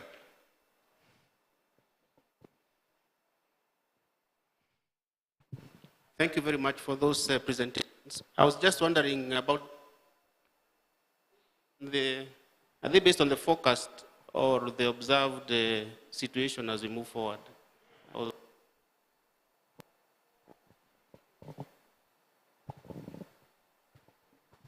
Yeah, thank you. And the last row, do we have someone? Yeah, here. Thank you, moderator. I would like to thank all the presenters for their excellent presentation. I have one question to Philip and his co-authors. Thank you, Philip, as well for your excellent presentation. So my question is, you mentioned as you used low-cost 3D automatic weather station. Really, this automatic weather station is very important to enhance the observational data in different countries. So my question is, before using the data which is collected from the 3D automatic weather stations and incorporate into operational service, did you do any validation or calibration work with other conventional or other automatic weather stations system? Thank you. Thank you so much. One more? One more? Do you have one more here? Do you have one more here? Do you have one more anywhere else? So that's mouthful, and I'll give back to the presenters to, of course, respond to the concern. Thank you. Okay, thank you. Maybe on the issue of how the information reaches the grassroots, I think every med service in each of the IGAD countries, they have a system of how you do the dissemination. So maybe I'll give an instance of KMD, where we already have some kind of local structures in the name of county directors of med services.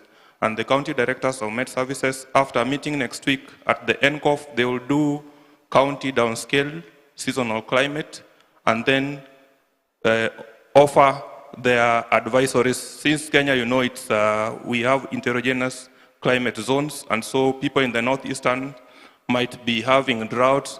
In the northwest, they might be having enhanced rain. At the coast, they will be having depressed rainfall. And so those county directors, they will use their systems at the ground. And then within the consortium also will be adding, there is possibility of adding another partner in the name of Aim for Scale. So they are coming in mainly for this specific task to help KMD to, you know, disseminate by an element of a new user interface platform. And then the issue of 3D AWS and the conventional AWSs that we usually purchase from, maybe from Sutron or Vaisala. At KMD, what we did, and Frederick is here, can confirm that because he was our assistant director in charge of observation and networks, was that, for instance, at the port of Mombasa, we have a new station which was bought from Sutron, and then by side there is a new 3D printed station. So the data from 3D printed station and from the conventional stations are first validated before we use them in the system, and that's why now they are incorporated in the CHAPS 3. So when you be having the CHAPS 3, then now it's more enhanced compared to the CHAPS 2, CHAPS version 2 and the CHAPS version 3. So I think Chris, who develops that CHAPS version 3, can say that at least now it's more, you know, more robust compared to the version 2. Yeah, and that's what actually we used even in the validation of that ECMWF model.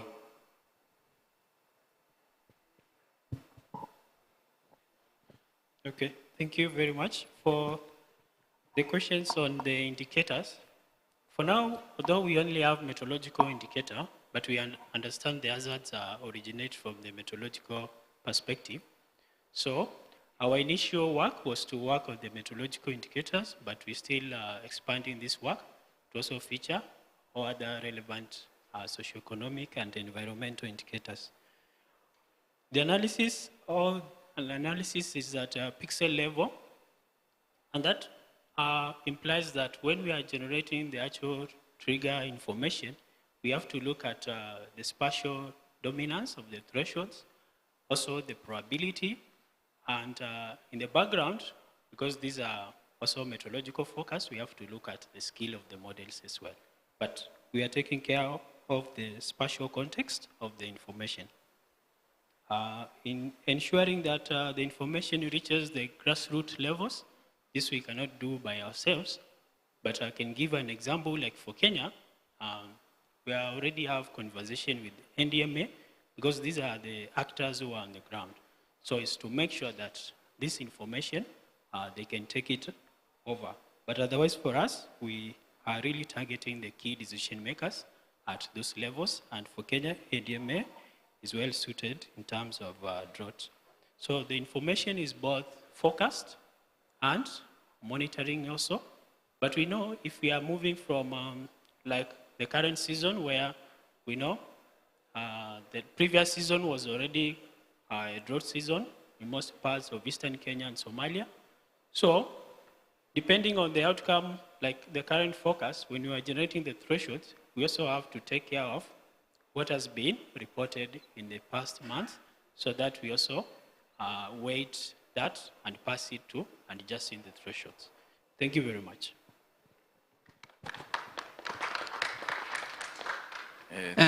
Thank you very much, Oliver, for your question on the validation process. And just like to mention that in the coming weeks, we plan to do a validation process based on the OND focus for last year. And after that, we'll now do another subsequent validation based on now what is observed in the field. But at this particular juncture, we just need to use the OND focus, data incorporated in our tool, get the outputs, then go to the end users and have a one-to-one discussion, a group discussion, and does it really reflect what happened in the field, what went wrong, what is not true, what is true, and what do they think is the best way to ensure that this tool can be able to capture the reality that's happening on the ground. And then the final thing is now to use the reported impact on the ground and compare it with the output that we obtain from our tool and see, does it have any correlation? Is there any link with what we are getting and what was forecasted? Thank you very much. Yeah, thank you very much. And can we appreciate the presenters, first of all, special. Is that all you can do? Special appreciation, I said. Thank you, thank you, thank you. And can we also appreciate the moderator? Thank you very much. At this juncture, this is the end of session 5, day 2 of the GACOP 72. And may I give the power back to ICPAC team, and they will guide us where we go from here. Thank you very much. Okay, thank you, Dr. Hattar, for guiding the session. Let us appreciate him once more. Okay, we have come to that to the end of session 5. We are breaking is just 7 minutes past the hour, past 1. We come back at 5 minutes past 2 to continue with the 6th session. Yeah, 5 minutes past 2. Let us come back. You'll take your coupons. Coupons are outside there for lunch. Come early so that we stick on our time. Thank you so much. Enjoy your lunch. Bon appetit.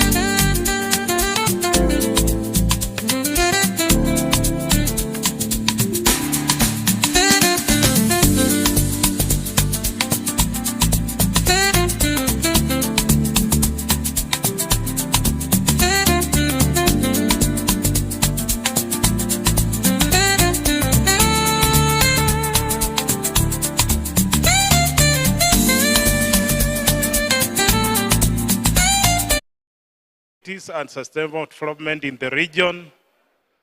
It will be followed by session 7, release of the seasonal forecast and statements.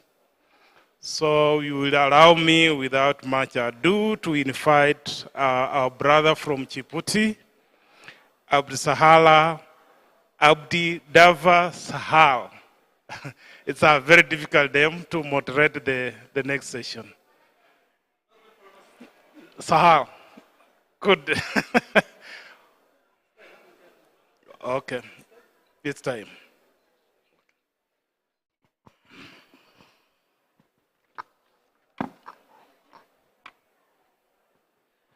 Good afternoon, everybody, and welcome back. Hope you enjoyed your food, your nice food, served by the Grand Hotel.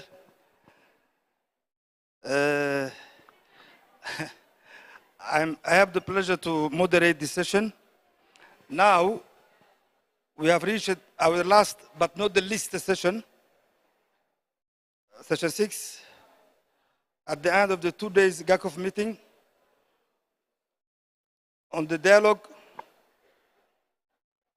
on advancing climate services for resilient communities and sustainable development in the region. It's not the least because we reserve you tough presenters to make you digest. May I call the first presenter, Dr. Lilian Gang Ani, on the floor. Please, Dr. Lilian.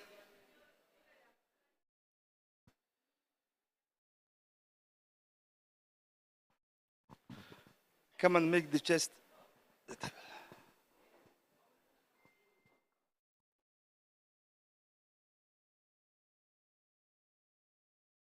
It's you.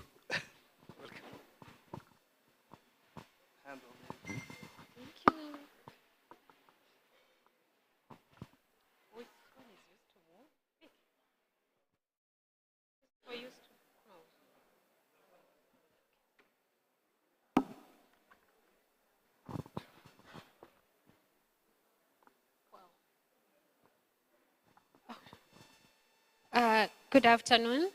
Lilian Amasara Kongani is my name. I'm a fellow at the University of Cape Town, anchored at the Climate System Analysis Group. And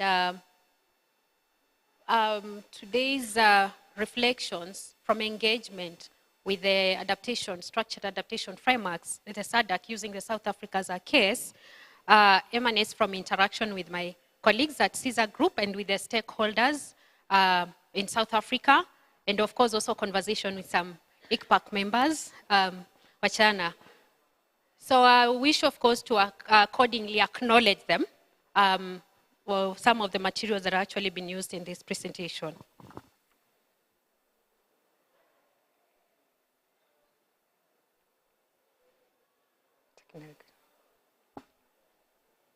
Oh, okay. Yeah, on this training. So basically, I'll look at why are we actually considering a conversation about adaptation framework in the region. Okay, so we've seen that increasingly seeing that GACOF playing a very critical role in strengthening climate services in the region. And of course, we acknowledge that the challenge, or rather we still need to put more attention into ensuring that the climate information that we're generating, for example, is actually translating to real actions or decisions. Oh my goodness. So it has been a recurrent theme, seeing that climate risk in the region are actually trans-boundary, as I've seen from the presentation from the different sectors, and of course cutting across several sectors. And also say that they are really increasingly systematic in a way that they're interacting with the development pressures, population growth in the region, the urbanization and all that. And of course, with the government, the choices that are made by the government in the process. And as a result, they lead into cascading impacts in the region. Oh my goodness. So, and this is just an excerpt of some of the a study that was done demonstrating these facts. Also, we see that there's need to actually improve the linkages between climate information that's being generated, the risk assessment, planning, and investment to ensure coherence, alignment, and then also from the member states in the region, proliferation of the adaptation plans, so many strategies, plans, programs, and all that. With all this that we have in place, we really need a framework that can help us to ensure that we have a stronger coherence, alignment, and of course, provide a platform where I can learn from and to create a more positive or impactful impact in the region. Then, so this framework becomes very important as a governance mechanism. And why do we need an adaptation framework? I will say what it's not. It's not a rigid template as per se, or rather a prescription as a one-size-fits-all, but rather what it is or provides for, we need to have a shared logic, understanding of what is climate risk. These are not uniform, not with a focus on uniform responses, that will actually help us to prioritize actions across the sectors in different nations or countries. And then also a logic framework that also help us to sequence decisions. And of course, learning, enable us to learn over time, not from across the sectors and also across the countries. How it should be designed should be put emphasis on decision relevancy, whereby it's contextually context-specific, and of course, adapting conceptual consistencies in the concept that we use and what we are using, and then of course allowing flexibility in that each country will still have room to adapt the different methods they have, so that they are not confined to one particular method. And then I'll be using the South Africa as a case study, not as a representative SADC region, but because it provides a more mature framework that demonstrates how systemized thinking can inform adaptation practices in the region. And then, of course, in this case, we'll be looking at two critical frameworks we've engaged with. The National Climate Risk and Vulnerability Framework that provides a structured process whereby we have like the planning, the scoping, and the assessing, and also provides for 3 steps. Depth, we can consider, depending on the capacity of the country, can either do the initial assessment, the mid-range, or even detail, depending on the resources that are available. And of course, flexibility, allowing countries to be able to use their own methods, and we can be able to scale. Not only they are seeing that it has been applied in the 9 provinces, but we can still borrow some insights from this. And then the emerging climate resilient development pathways to navigate the uncertainty and trade-offs. This, of course, the very deliberate process whereby we integrating climate actions, the adaptation mitigations into development trajectory in a way that is ensuring that we are reducing the risk in the region, but also it's ensuring attaining for sustainable development, and of course ensuring the equity in the region. So some of the key lessons that I pick from engagement with these particular frameworks is starting with the decisions first, consideration to actually start with decisions first and not necessarily data, in that when we have clear purpose for adaptation, why we are doing the adaptation or the actions that we need to take. For example, we are considering to reduce the risk or build resilience in the community, and then this will actually help us to determine at what scale, what actors can be involved, what methods are we using to do this, and of course the outputs. So designing in such a way that the assessments around real decisions is more likely to inform the decision, the policy, the planning, investment in the region. And decision-first approach will look like this, where we are asking who needs to decide. Is it at the national level, the community's financials, or the regional? And what decisions are we deciding? What decisions are being made? Is it emergency response, livelihoods, or planning? when should this be done? Then we can look into is it seasonal, annual, multi-year, or long-term. And once we have such kind of information, then we can be looking at, ask what kind of information that we might deem good enough to actually help us to support the decisions that we want to make. And then conceptual consistency enables scaling. That's one of the important learning that I get from there, from the frameworks. And this is whereby we have shared concepts. They're being used to conduct the climate risk vulnerability, the assessments. And while they're adopting the concepts, the vulnerability, what are these hazards, and who is affected, how much are they exposed, the impacts. These are being used by any actor across the sector, across the different scales, and of course, they're being used to evaluate the impact, the assessments, and even across the institutions. And in such a doing, then we are able, when you have such standard ways, then we are able to actually do aggregation and comparison, learning, also alignment. I think from the discussions, like from the climate group, yesterday, I will hear about, for example, Uganda, reflection from Uganda, talking about efforts being made to actually have local climate actions, having area-specific district levels and all that. But the question is, can we ensure, perhaps consider conceptualizing, can we have standard concept that you are using to allow proper or effective comparisons or aggregation to develop more sustainable interventions. And then flexibility, of course, is very important, not to force any particular method, but we have to appreciate the different different contexts. And then the other thing is that risk is actually fundamentally socioeconomic.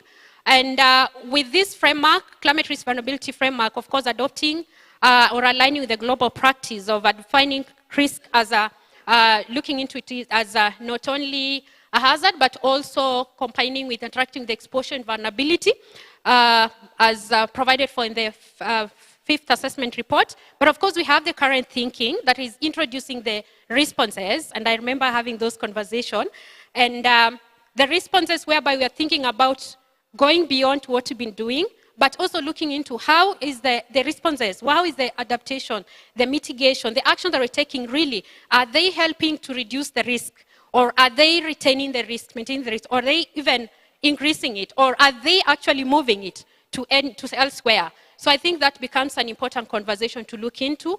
And yeah, we might have very robust climate information in the region, but then if we do not really look into socioeconomic drivers of the vulnerabilities, then we keep on talking about the same story year in, year out. So, and then of course, we see that evidence demonstrating that climate information is more useful when the framework are actually embedded or designed around the lived experiences or in development realities. I mean, the actors will be able to understand such a language better. And then participation. Participation is a form of risk management, another lesson. It's a government issue that, of course, we cannot really wish it away. And often we've seen participation being framed as a normative goal, which is ethically valued.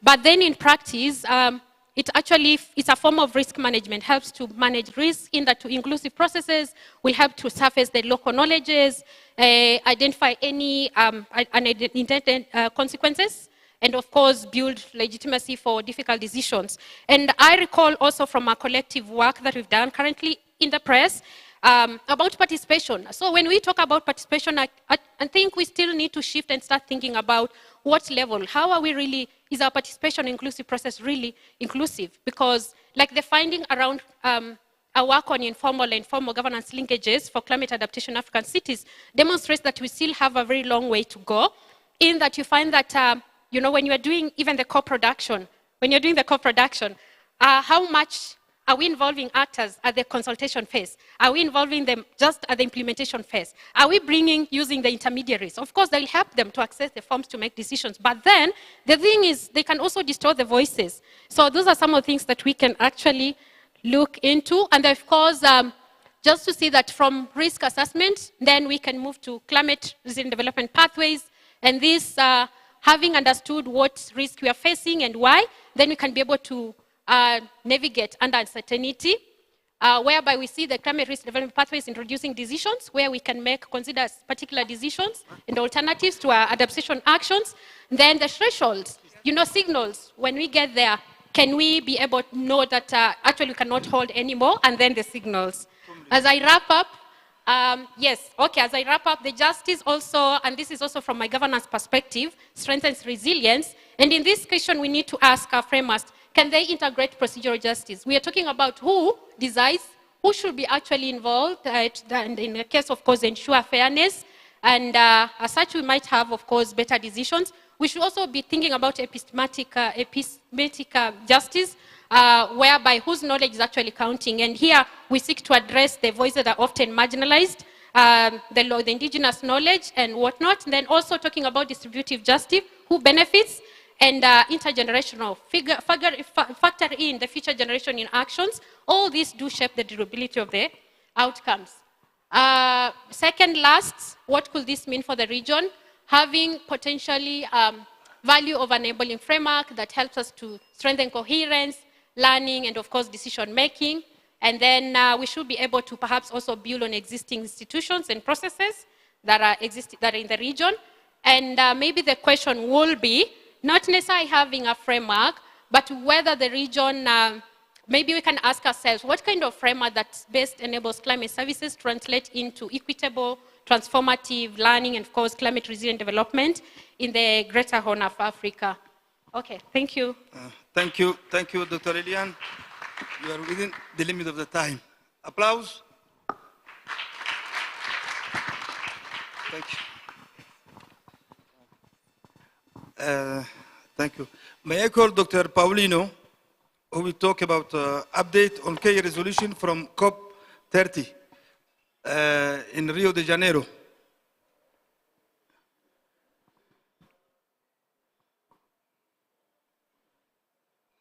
Come on, make shake the place. Belém? Okay. Make shake the place. And no, it's the microphone. And wake up the people. 15 minutes. Thank you. Good afternoon, everyone. I'm Paulino Omochumai, acting head of climate change in ICPAC, and also I serve as a UNFCCC designated contact point for IGAD to UNFCCC. Therefore, one of the key activities under climate change is the contribution of IGAD region in UNFCCC processes, including COP. So, for some of us, just to remind what is the COP, because sometimes abbreviation can lead into also other communities, like what been presented by Dr. Wako this morning. We have COP, which is a community of health and climate. In our case here, we are talking about the conference of the parties, which is also a stream organ for the UNFCCC framework convention on climate change. Then again, if you look at the COP itself, is a platform for decision making at the political level, which is also related to implementation of the science-based policy, which is supported by scientific evidence from IPCC. And if you look at nature of formation of UNFCCC, which is a result of working together between WMO and UNEP for them able to coordinate the policy aspect, then IPCC to coordinate the science perspective. So the COP30 itself, before we reach to COP30, we start from COP1, which is happened in 1995 in Berlin, in Germany. Then now the last COP, which is COP30 in Brazil, Belém. If you look at the nature of these COP activities, they have nature of science translating the science into policy. Therefore, there is a question why this COP also matters. They matter because they are shaping the global rules on adaptation, priority, and also mitigation target, then also issue related to climate finance, then also mean of implementation in terms of availing the resources, then the issue related to loss and damage. From that perspective, we'll be able to confirm we are translating the science or climate information into a political decision, which also can be done in different aspects. Looking at the participation of IGAD, ICPAC, our team led by ICPAC Director, Dr. Abdi, then also with other technical staff at the ICPAC, including myself, then we involve in different aspects of participation from the science, negotiation, and also as observers, because by end of process, we was participating, representing the countries in the position of observers. Therefore, we managed to also participate in different activities. One of them also, which is also a very important part for IGAD this time, we was a lead in UNFCCC main side event, which is also being streamlined into more than 10,000 participants registered, and also those who participated through virtual participation. Then also, as part of the negotiation and shaping the agenda at the regional level and also continental into the global, we managed also to give a position in terms of the statement at the some ministerial event being organized on 17, 18, 19, and also on 20s. Then also the participation also been utilized and been appeared clearly on the key negotiation session as a IGO, which is an intergovernmental organization, which is a status of the accreditation of IGAD, ICPAC into the UNFCCC. Also, those activities including also the side event in different pavilions at the country level, and also some of the partners or developmental partners also we participated in different side events where now we're able to champion the agenda of climate change in our region, including being speakers at the different events organized by different countries as pavilion, and also plenary session, which is also shaping the main agenda of COP and also CMA, which is also the Kyoto Protocol and Paris Agreement CMP7. Also, we was there and also we participated and represented our region, also adding more value to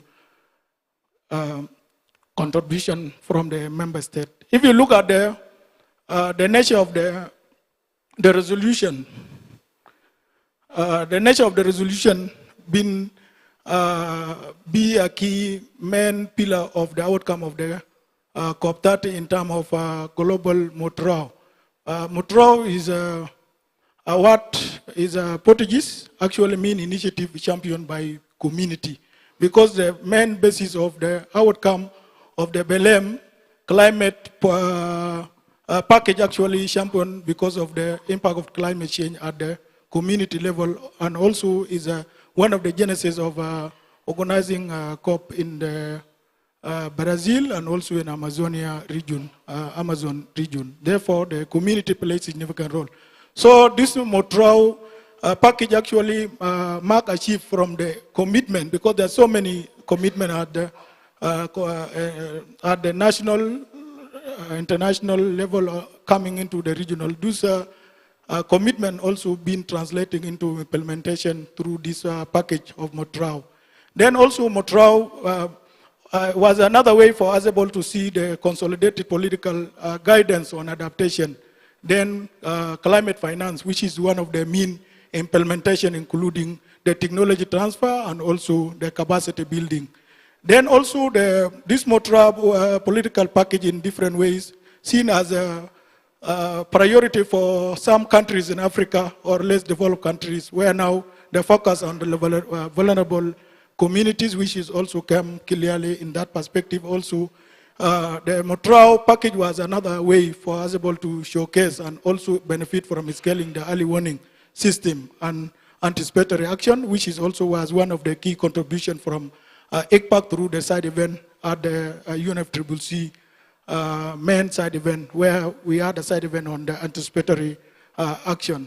Then again, if you look at the breakdown of this package in terms of adaptation, goal was also opportunity for operationalization of the adaptation goal, which is also some limit and some priority at country level, which is also actualized in that platform. Then also in the context of specific and also regional relevancy was also clearly emphasized in that Motrao work package, where now contributed positively into some commitment such as reaffirming the commitment on the collective or new collective goal on adaptation, which is also a very, very important aspect for developing countries. Also, in terms of the finance, the other pillar is a political commitment in terms of availing some resources such as 300 billion, at least to be achieved as a target by 2035, which is also very important. In long term also vision toward 1.3 to 1.5 billion trillion as a main target going forward. Therefore, it is very important for us to advance the issue related to losses and damage as we presented this morning, documenting them scientifically and also profiling them and counting these losses. They are very important because they will be able to lead you into a bankable project which can be easily to get fund. Then these resources, if we are not able to give scientific based adaptation losses indicators, I think also will be another challenge if those values been going to be achieved. Then number 4 on the mitigation target and also the pre-ambition for 2030 came clearly, where now the issue related to controlling temperature above below 2 degrees based on the genesis of formation and ratification of a Paris Agreement was a very, very important and key aspect. Then also call for strengthening nationally determined contribution at the country level, and also going forward into global aspect also was very, very important. Recognition of just an orderly transition also from angle of different perspective, using different pathways also appeared clearly in Motrao work package. Also on issue related to Article 13, which dealing also with issues on the transparency in the process of the NDCs, NAPs, all of them are very important, which is come clearly in terms of advancing and enhance the transparency in the process, where now you will be able to see issues on capacity building the less developed country capacity for them able to advance the agenda on climate change, and also using the technology, which is also very, very important. Also issues related to early warning, which is also one of the main key mandate for ICPAC, came clearly on the Motrao work package, where a cruise project been launched officially as part of the contribution into a reduction of the risk and also scientific basis.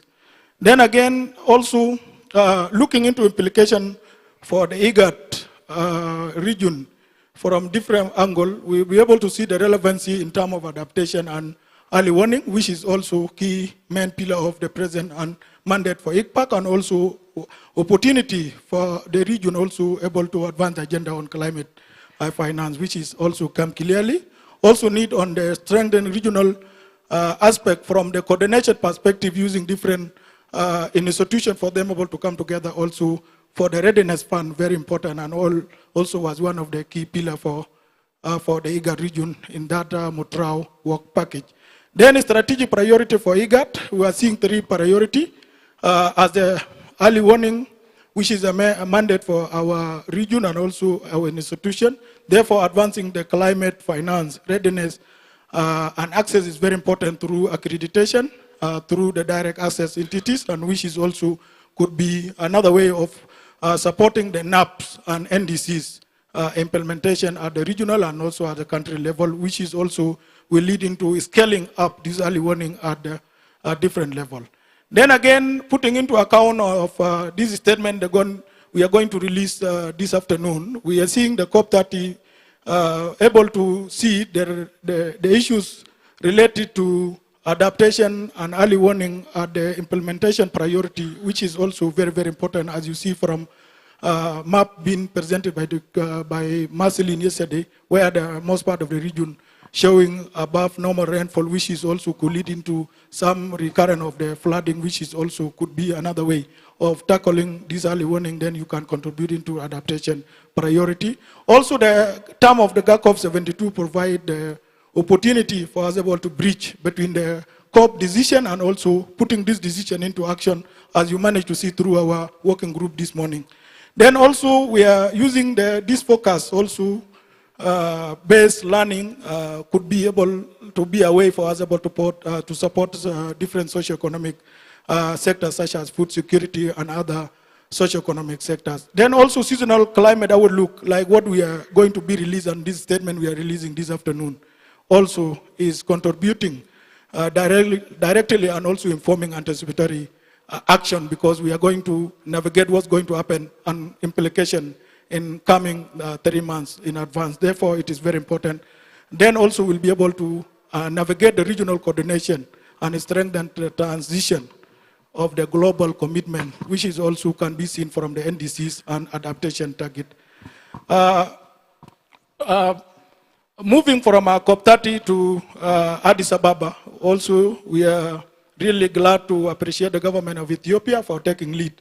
They are going to organize the COP32 2027. So therefore, when we move from COP30 to COP31 in Turkey, then coming to Ethiopia in 2027, it is very, very important for us able to look the benefit from the Center Climate Implementation pathway, which will be championed by Ethiopia government, which is really very, very good, an example for our region and also to continent level. Then also the platform of COP32, we are seeing it as a strengthening role for African regional institutions for them able to show a strong case. Therefore, IGAD will be one of the institutions to showcase in that COP, supporting government of Ethiopia for them also to make historical GACOP. Therefore, focus on adaptation also will be key priority to being also shown at the national level, then also as continental, where now we'll be able to see the issue related to adaptation.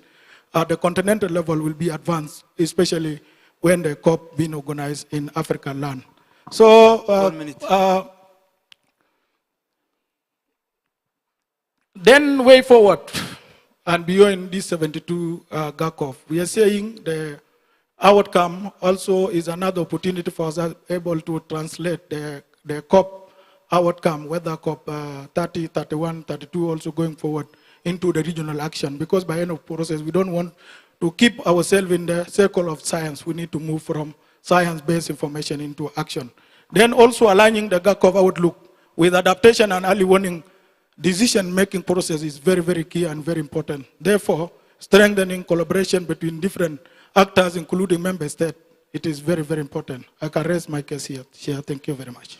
Thank you, Paulino, for your presentation. Come back.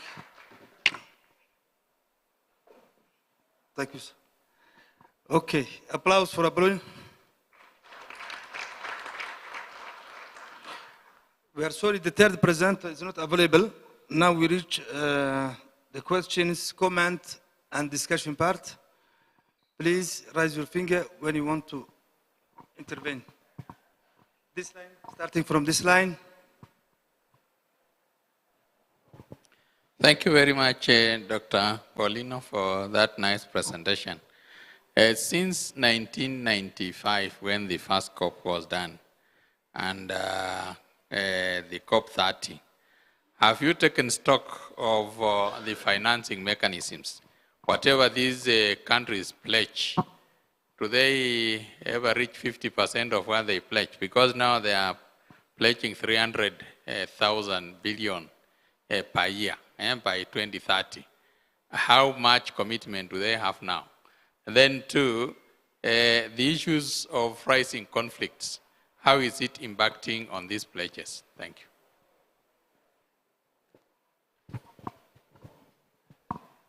Who else? This side? Back side?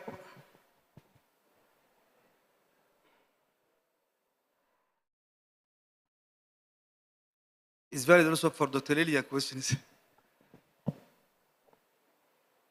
Okay, this side. Any question?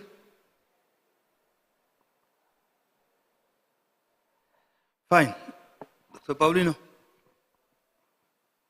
can you address?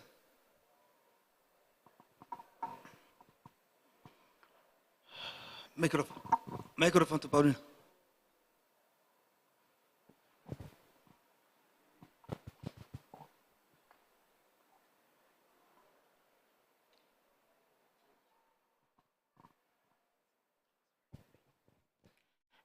Yeah, on the question on the climate finance target, for example, if we talk about what been given by Annex 1 countries, in Africa, we still have access to less than 10% from our needs.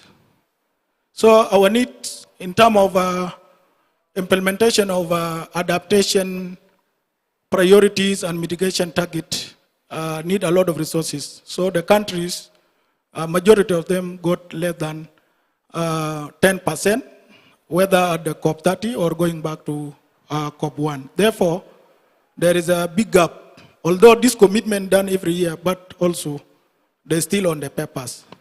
They're not implemented in most cases, and also the available resources also some countries, they are not able to access this fund because of some regulation and some process for you able to access. So for example, if I give climate finance access through one of the UNFCCC financial instrument, which is a green climate fund.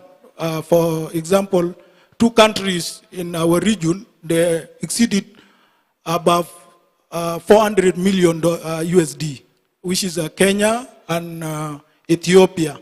But if you look at the other countries put together, Burundi, South Sudan, Somalia, Djibouti, all of them are below 200 million. So also designing bankable projects plays a significant role. Even if the resources are there, will be difficult for you to access these resources also if you are not able to design a bankable project, which is also based on adaptation as a key priority of NAPS, and then also mitigation target through the submitted NDCs or nationally determined contribution, because all of them that work together.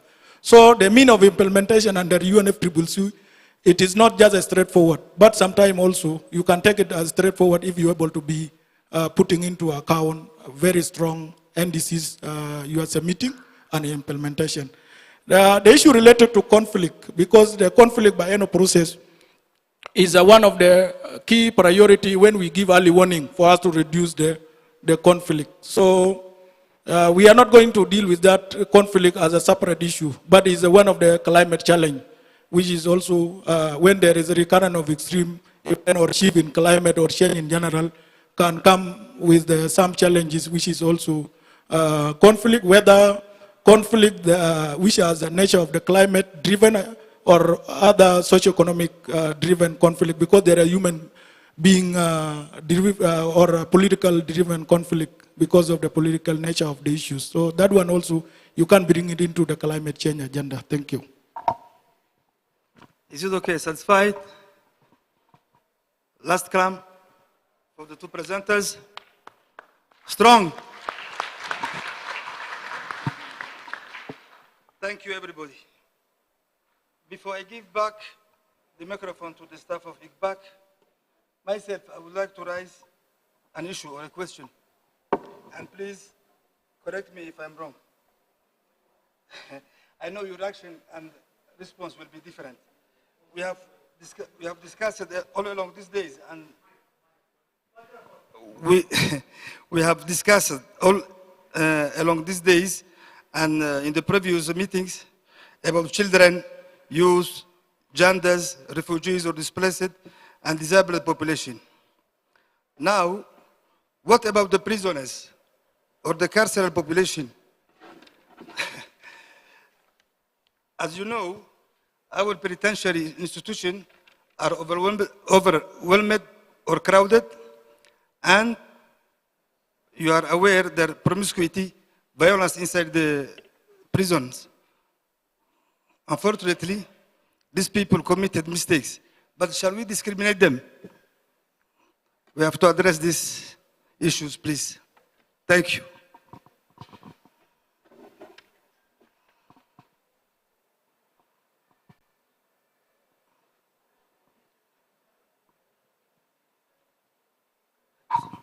Thank you, Salah. Thank you so much for Sahal.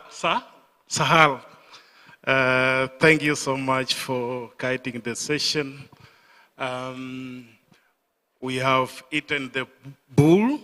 I think what is remaining is the tail, and they say that the oxtail is one of the sweetest part of the bull. So I think without much ado, as we organize the closing release of the statements, there was just a small exercise. I think, Kabaka, you can just put on the screen. We just want to hear the feedback. Let us get the feedback, especially the SAIPA presentations that we had this morning. Just 1 or 2 minutes, then I hand over the mic. Kabaka? It was shared through your email.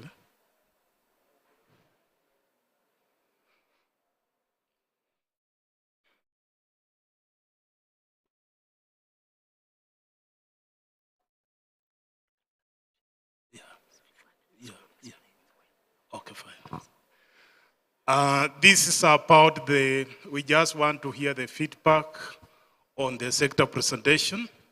And we want to learn from you. We need suggestions, we need comments, so that we can improve better in the next kickoff. Are you done?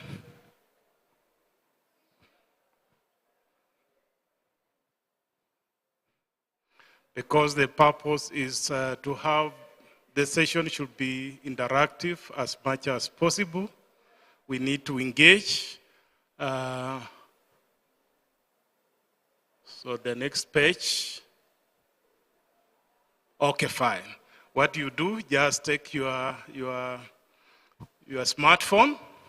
You can scan and get the link. Then you can give feedback as I hand over this session to Dr. Hussein, who will. It's your role. Mwita. KMD, I wanted you to do that. Okay, fine. I've been given that honor to call upon the KMD representative. That is Dr. Mwita. Richard, where are you? Oh, that is my classmate at the University of Nairobi.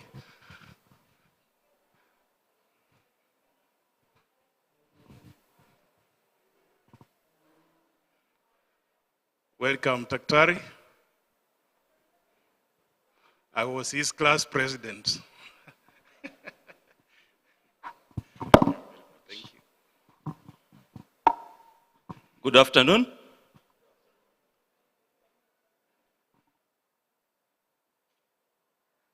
I guess I'll be the last speaker,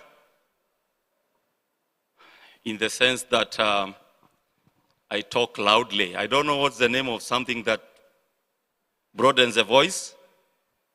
It's called a mic. So I'm the mic. So I want you to look up the sky just for a few seconds up there. What did you see? Okay, just keep the answer to yourself. How many times have they given you a different name called what? If I say, what is your name? I've already given you a name called what? What is your name? Then you can say, what is not my name? Thank you very much. I'm Richard Mwita, and mine is very short. We are just going to close this very important event. And I just want to call upon some very, very important people here. We have the director of ICPAC. That's none other than Dr. Abdi Fidar, who will give us some closing remarks. And I'll not dictate what he has to say. I know he is ready for that. So can we just give him a clap so that he can feel confident to come and talk to us? Karibu sana. Welcome, sir. Good afternoon. Let me first begin by appreciating the government and people of Kenya for hosting this event first. I am sure we enjoy it. The weather, the situation of the room, the facilities of the hotel, and also let me thank IGAT and ICPAC team who organized this event. I know the time it took, the effort they have invested in to discharge this, and I really appreciate. From our member states, I would say thank you for coming, honoring our invitation. Our partners, we really thank you very much for making this event possible. We have so many of them. Scientists, we are required actually to deliver accurate, unreliable, timely climate services to our member states, our communities, our partners. I am sure KMD director will make the statement on behalf of the region what the forecast of the coming season would look like. Our region is very vulnerable to climate variability. We witness, we see droughts followed by flash floods. And even sometimes we have drought in some parts of the region and flooding in other areas. Heat waves. And all those, again, have considerable implications on our livelihoods. Pastoralists, subsistence farmers, we know how much energy is affected when the dam's water level goes down. We know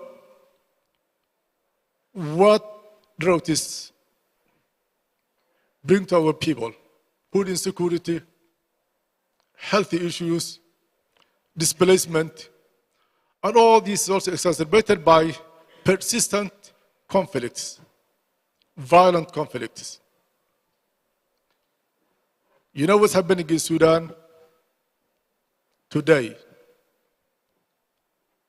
South Sudan, Somalia, parts of Ethiopia, that's the area, that's the region we are living in. So we are required to take our own responsibility and discharge it, deliver. We are not worse than any other people, so we need to take our own responsibility. And particularly as scientists here, let us deliver accurate, reliable, actionable data to the member states. And imagine if our data becomes inaccurate, we are losing responsibility and credibility as well. So with that, once again, thank you for honoring and your engagement. And once again, Government of Kenya, KMD, particularly KMD. We have been hosted by KMD for decades, actually. And again, as ICPAC, our office, the land is given by the Kenyan government. So the land owns by the Kenyan government, and IGAT owns the building. So thank you once again. So thank you very much.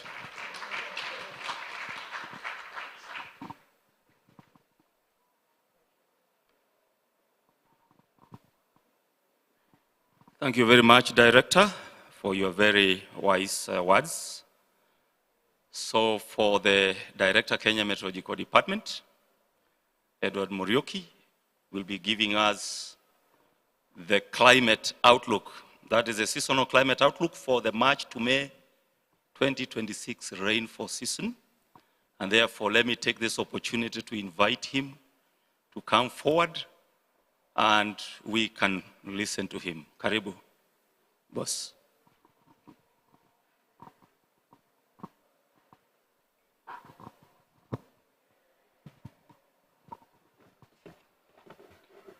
Thank you so much, Dr. Fidar, ICPAC Director, participants, my fellow peers. Good afternoon. Yes, we've come to the climax of GACOF 72, and I also wish to echo the same sentiments. The facilities have been good. The coordination and the organization has been very, very good. I believe each one of us has enjoyed the hospitality services or the hospitality from this hotel.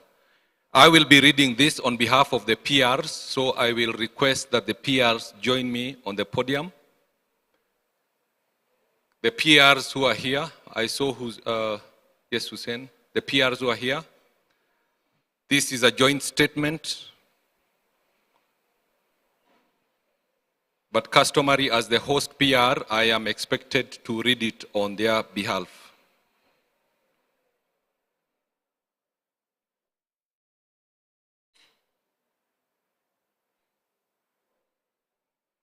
They introduced themselves yesterday, so we shall not ask them to introduce themselves again.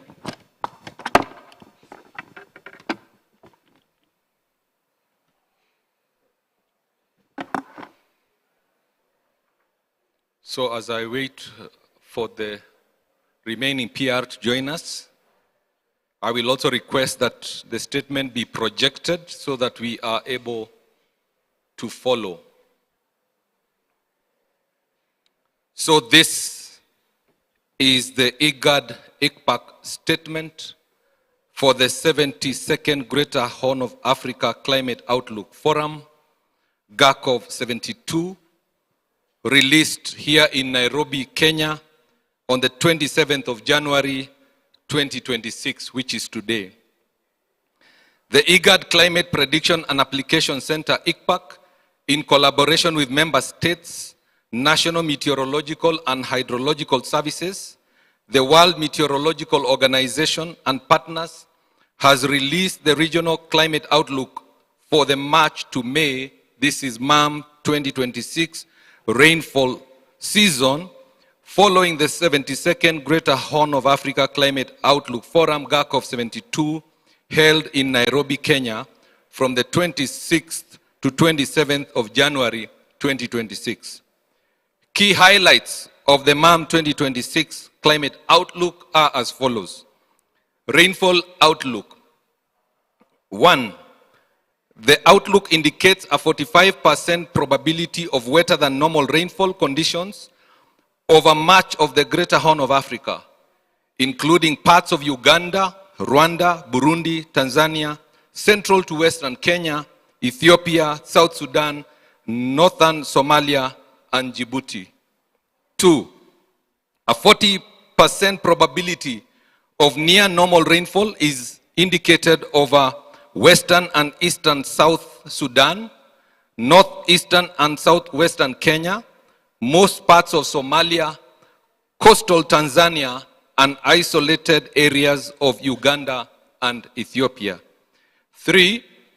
Drier than normal conditions are expected over coastal parts of Kenya. 4. Normal to early onset of rains is expected over most parts of the region, while delayed onset is forecast over localized areas of Ethiopia, South Sudan, and Somalia. 5thly, despite the seasonal outlook, dry spells may still occur in areas forecast to receive near normal or above normal rainfall, and wet spells may occur in areas forecast to receive near normal or below rainfall. On the temperature outlook, 1, warmer than average temperatures are expected over most parts of the Greater Horn of Africa, with higher probabilities over Sudan, Djibouti, Tanzania, and parts of Ethiopia, Somalia, and Kenya. Secondly, cooler than average conditions are expected over parts of central to northern Ethiopia. Advisory to users. ICPAC urges member states and humanitarian and development partners to actively use the ICPAC regional seasonal outlook alongside the national and subnational forecast issued by national meteorological and hydrological services. Secondly, closely monitor updated seasonal forecasts as well as subseasonal and short-range forecasts to inform timely planning and decision-making. 3, scale up preparedness and anticipatory actions to minimize potential flood and drought impacts, protect lives and livelihoods, and safeguard critical infrastructure. I conclude by saying that ICPAC will continue to provide regular updates, while the National Met and Hydrological Services will issue detailed country-specific forecasts and advisories. This is the end of the official statement. And like I said yesterday, for us here in Kenya, the National Climate Outlook Forum will be held on the 3rd and 4th, that is next week. And this will be followed by a similar exercise like this, during which we shall release the National Climate Outlook for the March, April, May. Thereafter, the respective counties will carry out a similar exercise where the counties' directors of meteorology will release the sub-national focus. And I think this is what will be replicated in all the countries that are represented here. This brings us to the end of our release. I've also been asked with honor to officially declare GACOV 72 officially closed. Thank you.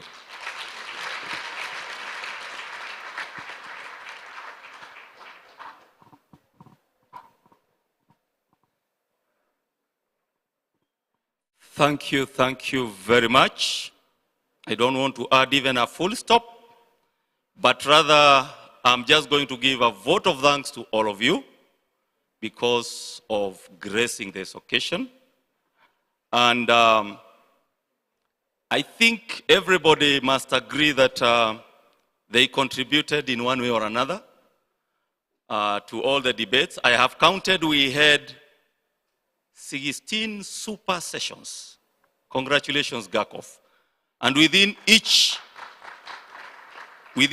of those sessions, there were so many sub-sessions, sub-themes, where we discussed very important things regarding our region. And therefore, I wish to thank all of you once again, and I wish you clap for yourself most heartedly. I guess that there are some 2 or so announcements. So I think that all the youth, is it the youth, to come to the table after closing, that is the AGRA. So if you are a youth like me, so after this you can at least go to that desk. And then we also need the youth group again to actually meet for charity. Is it tonight or when? I'm not sure. I think their handwriting is a bit hard for me. But the youth, don't just go away, be around. And then I think finally we'll have the last session, which is off, probably the cameras here, the media, the interaction with the media. And I guess if the media comes to you, you will have a story to tell them. So thank you very much. God bless you. I hope we meet again. Kwa wale wa Afrika Mashariki, Kongole na shukrani sana.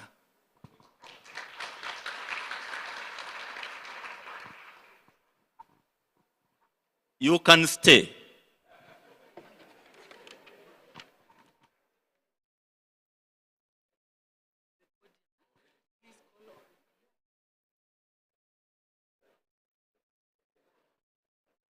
Okay, because it seems you don't want to go, well, I wish to request all the PRs, kindly with the due respect, we need a photo with you just here on the dais.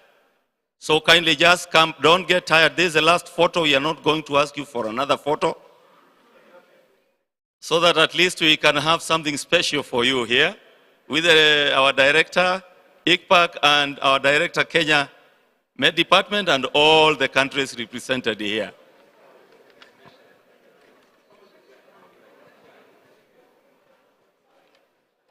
And I guess we need to see your names because I don't know why the tags are white, but we need them turned the other way around so that we can, yeah, the tags, if we can see your names, that would be awesome.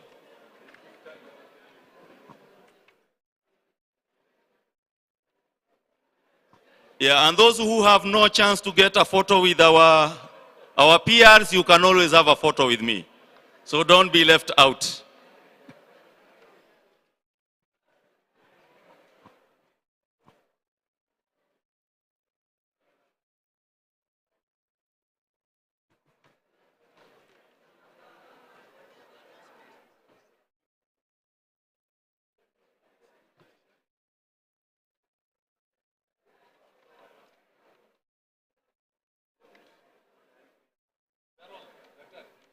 Yes. Thank you very much. Thank you very much. A photo with the MC? Probably a photo with the MC, but it's all right. Next time. So the youth will meet Charity, I guess, is it at the entrance there? Yeah, so the youth, you can always find Purity, there she is. Please, you meet her before you go. Otherwise, you'll not have dinner tonight. Thank you.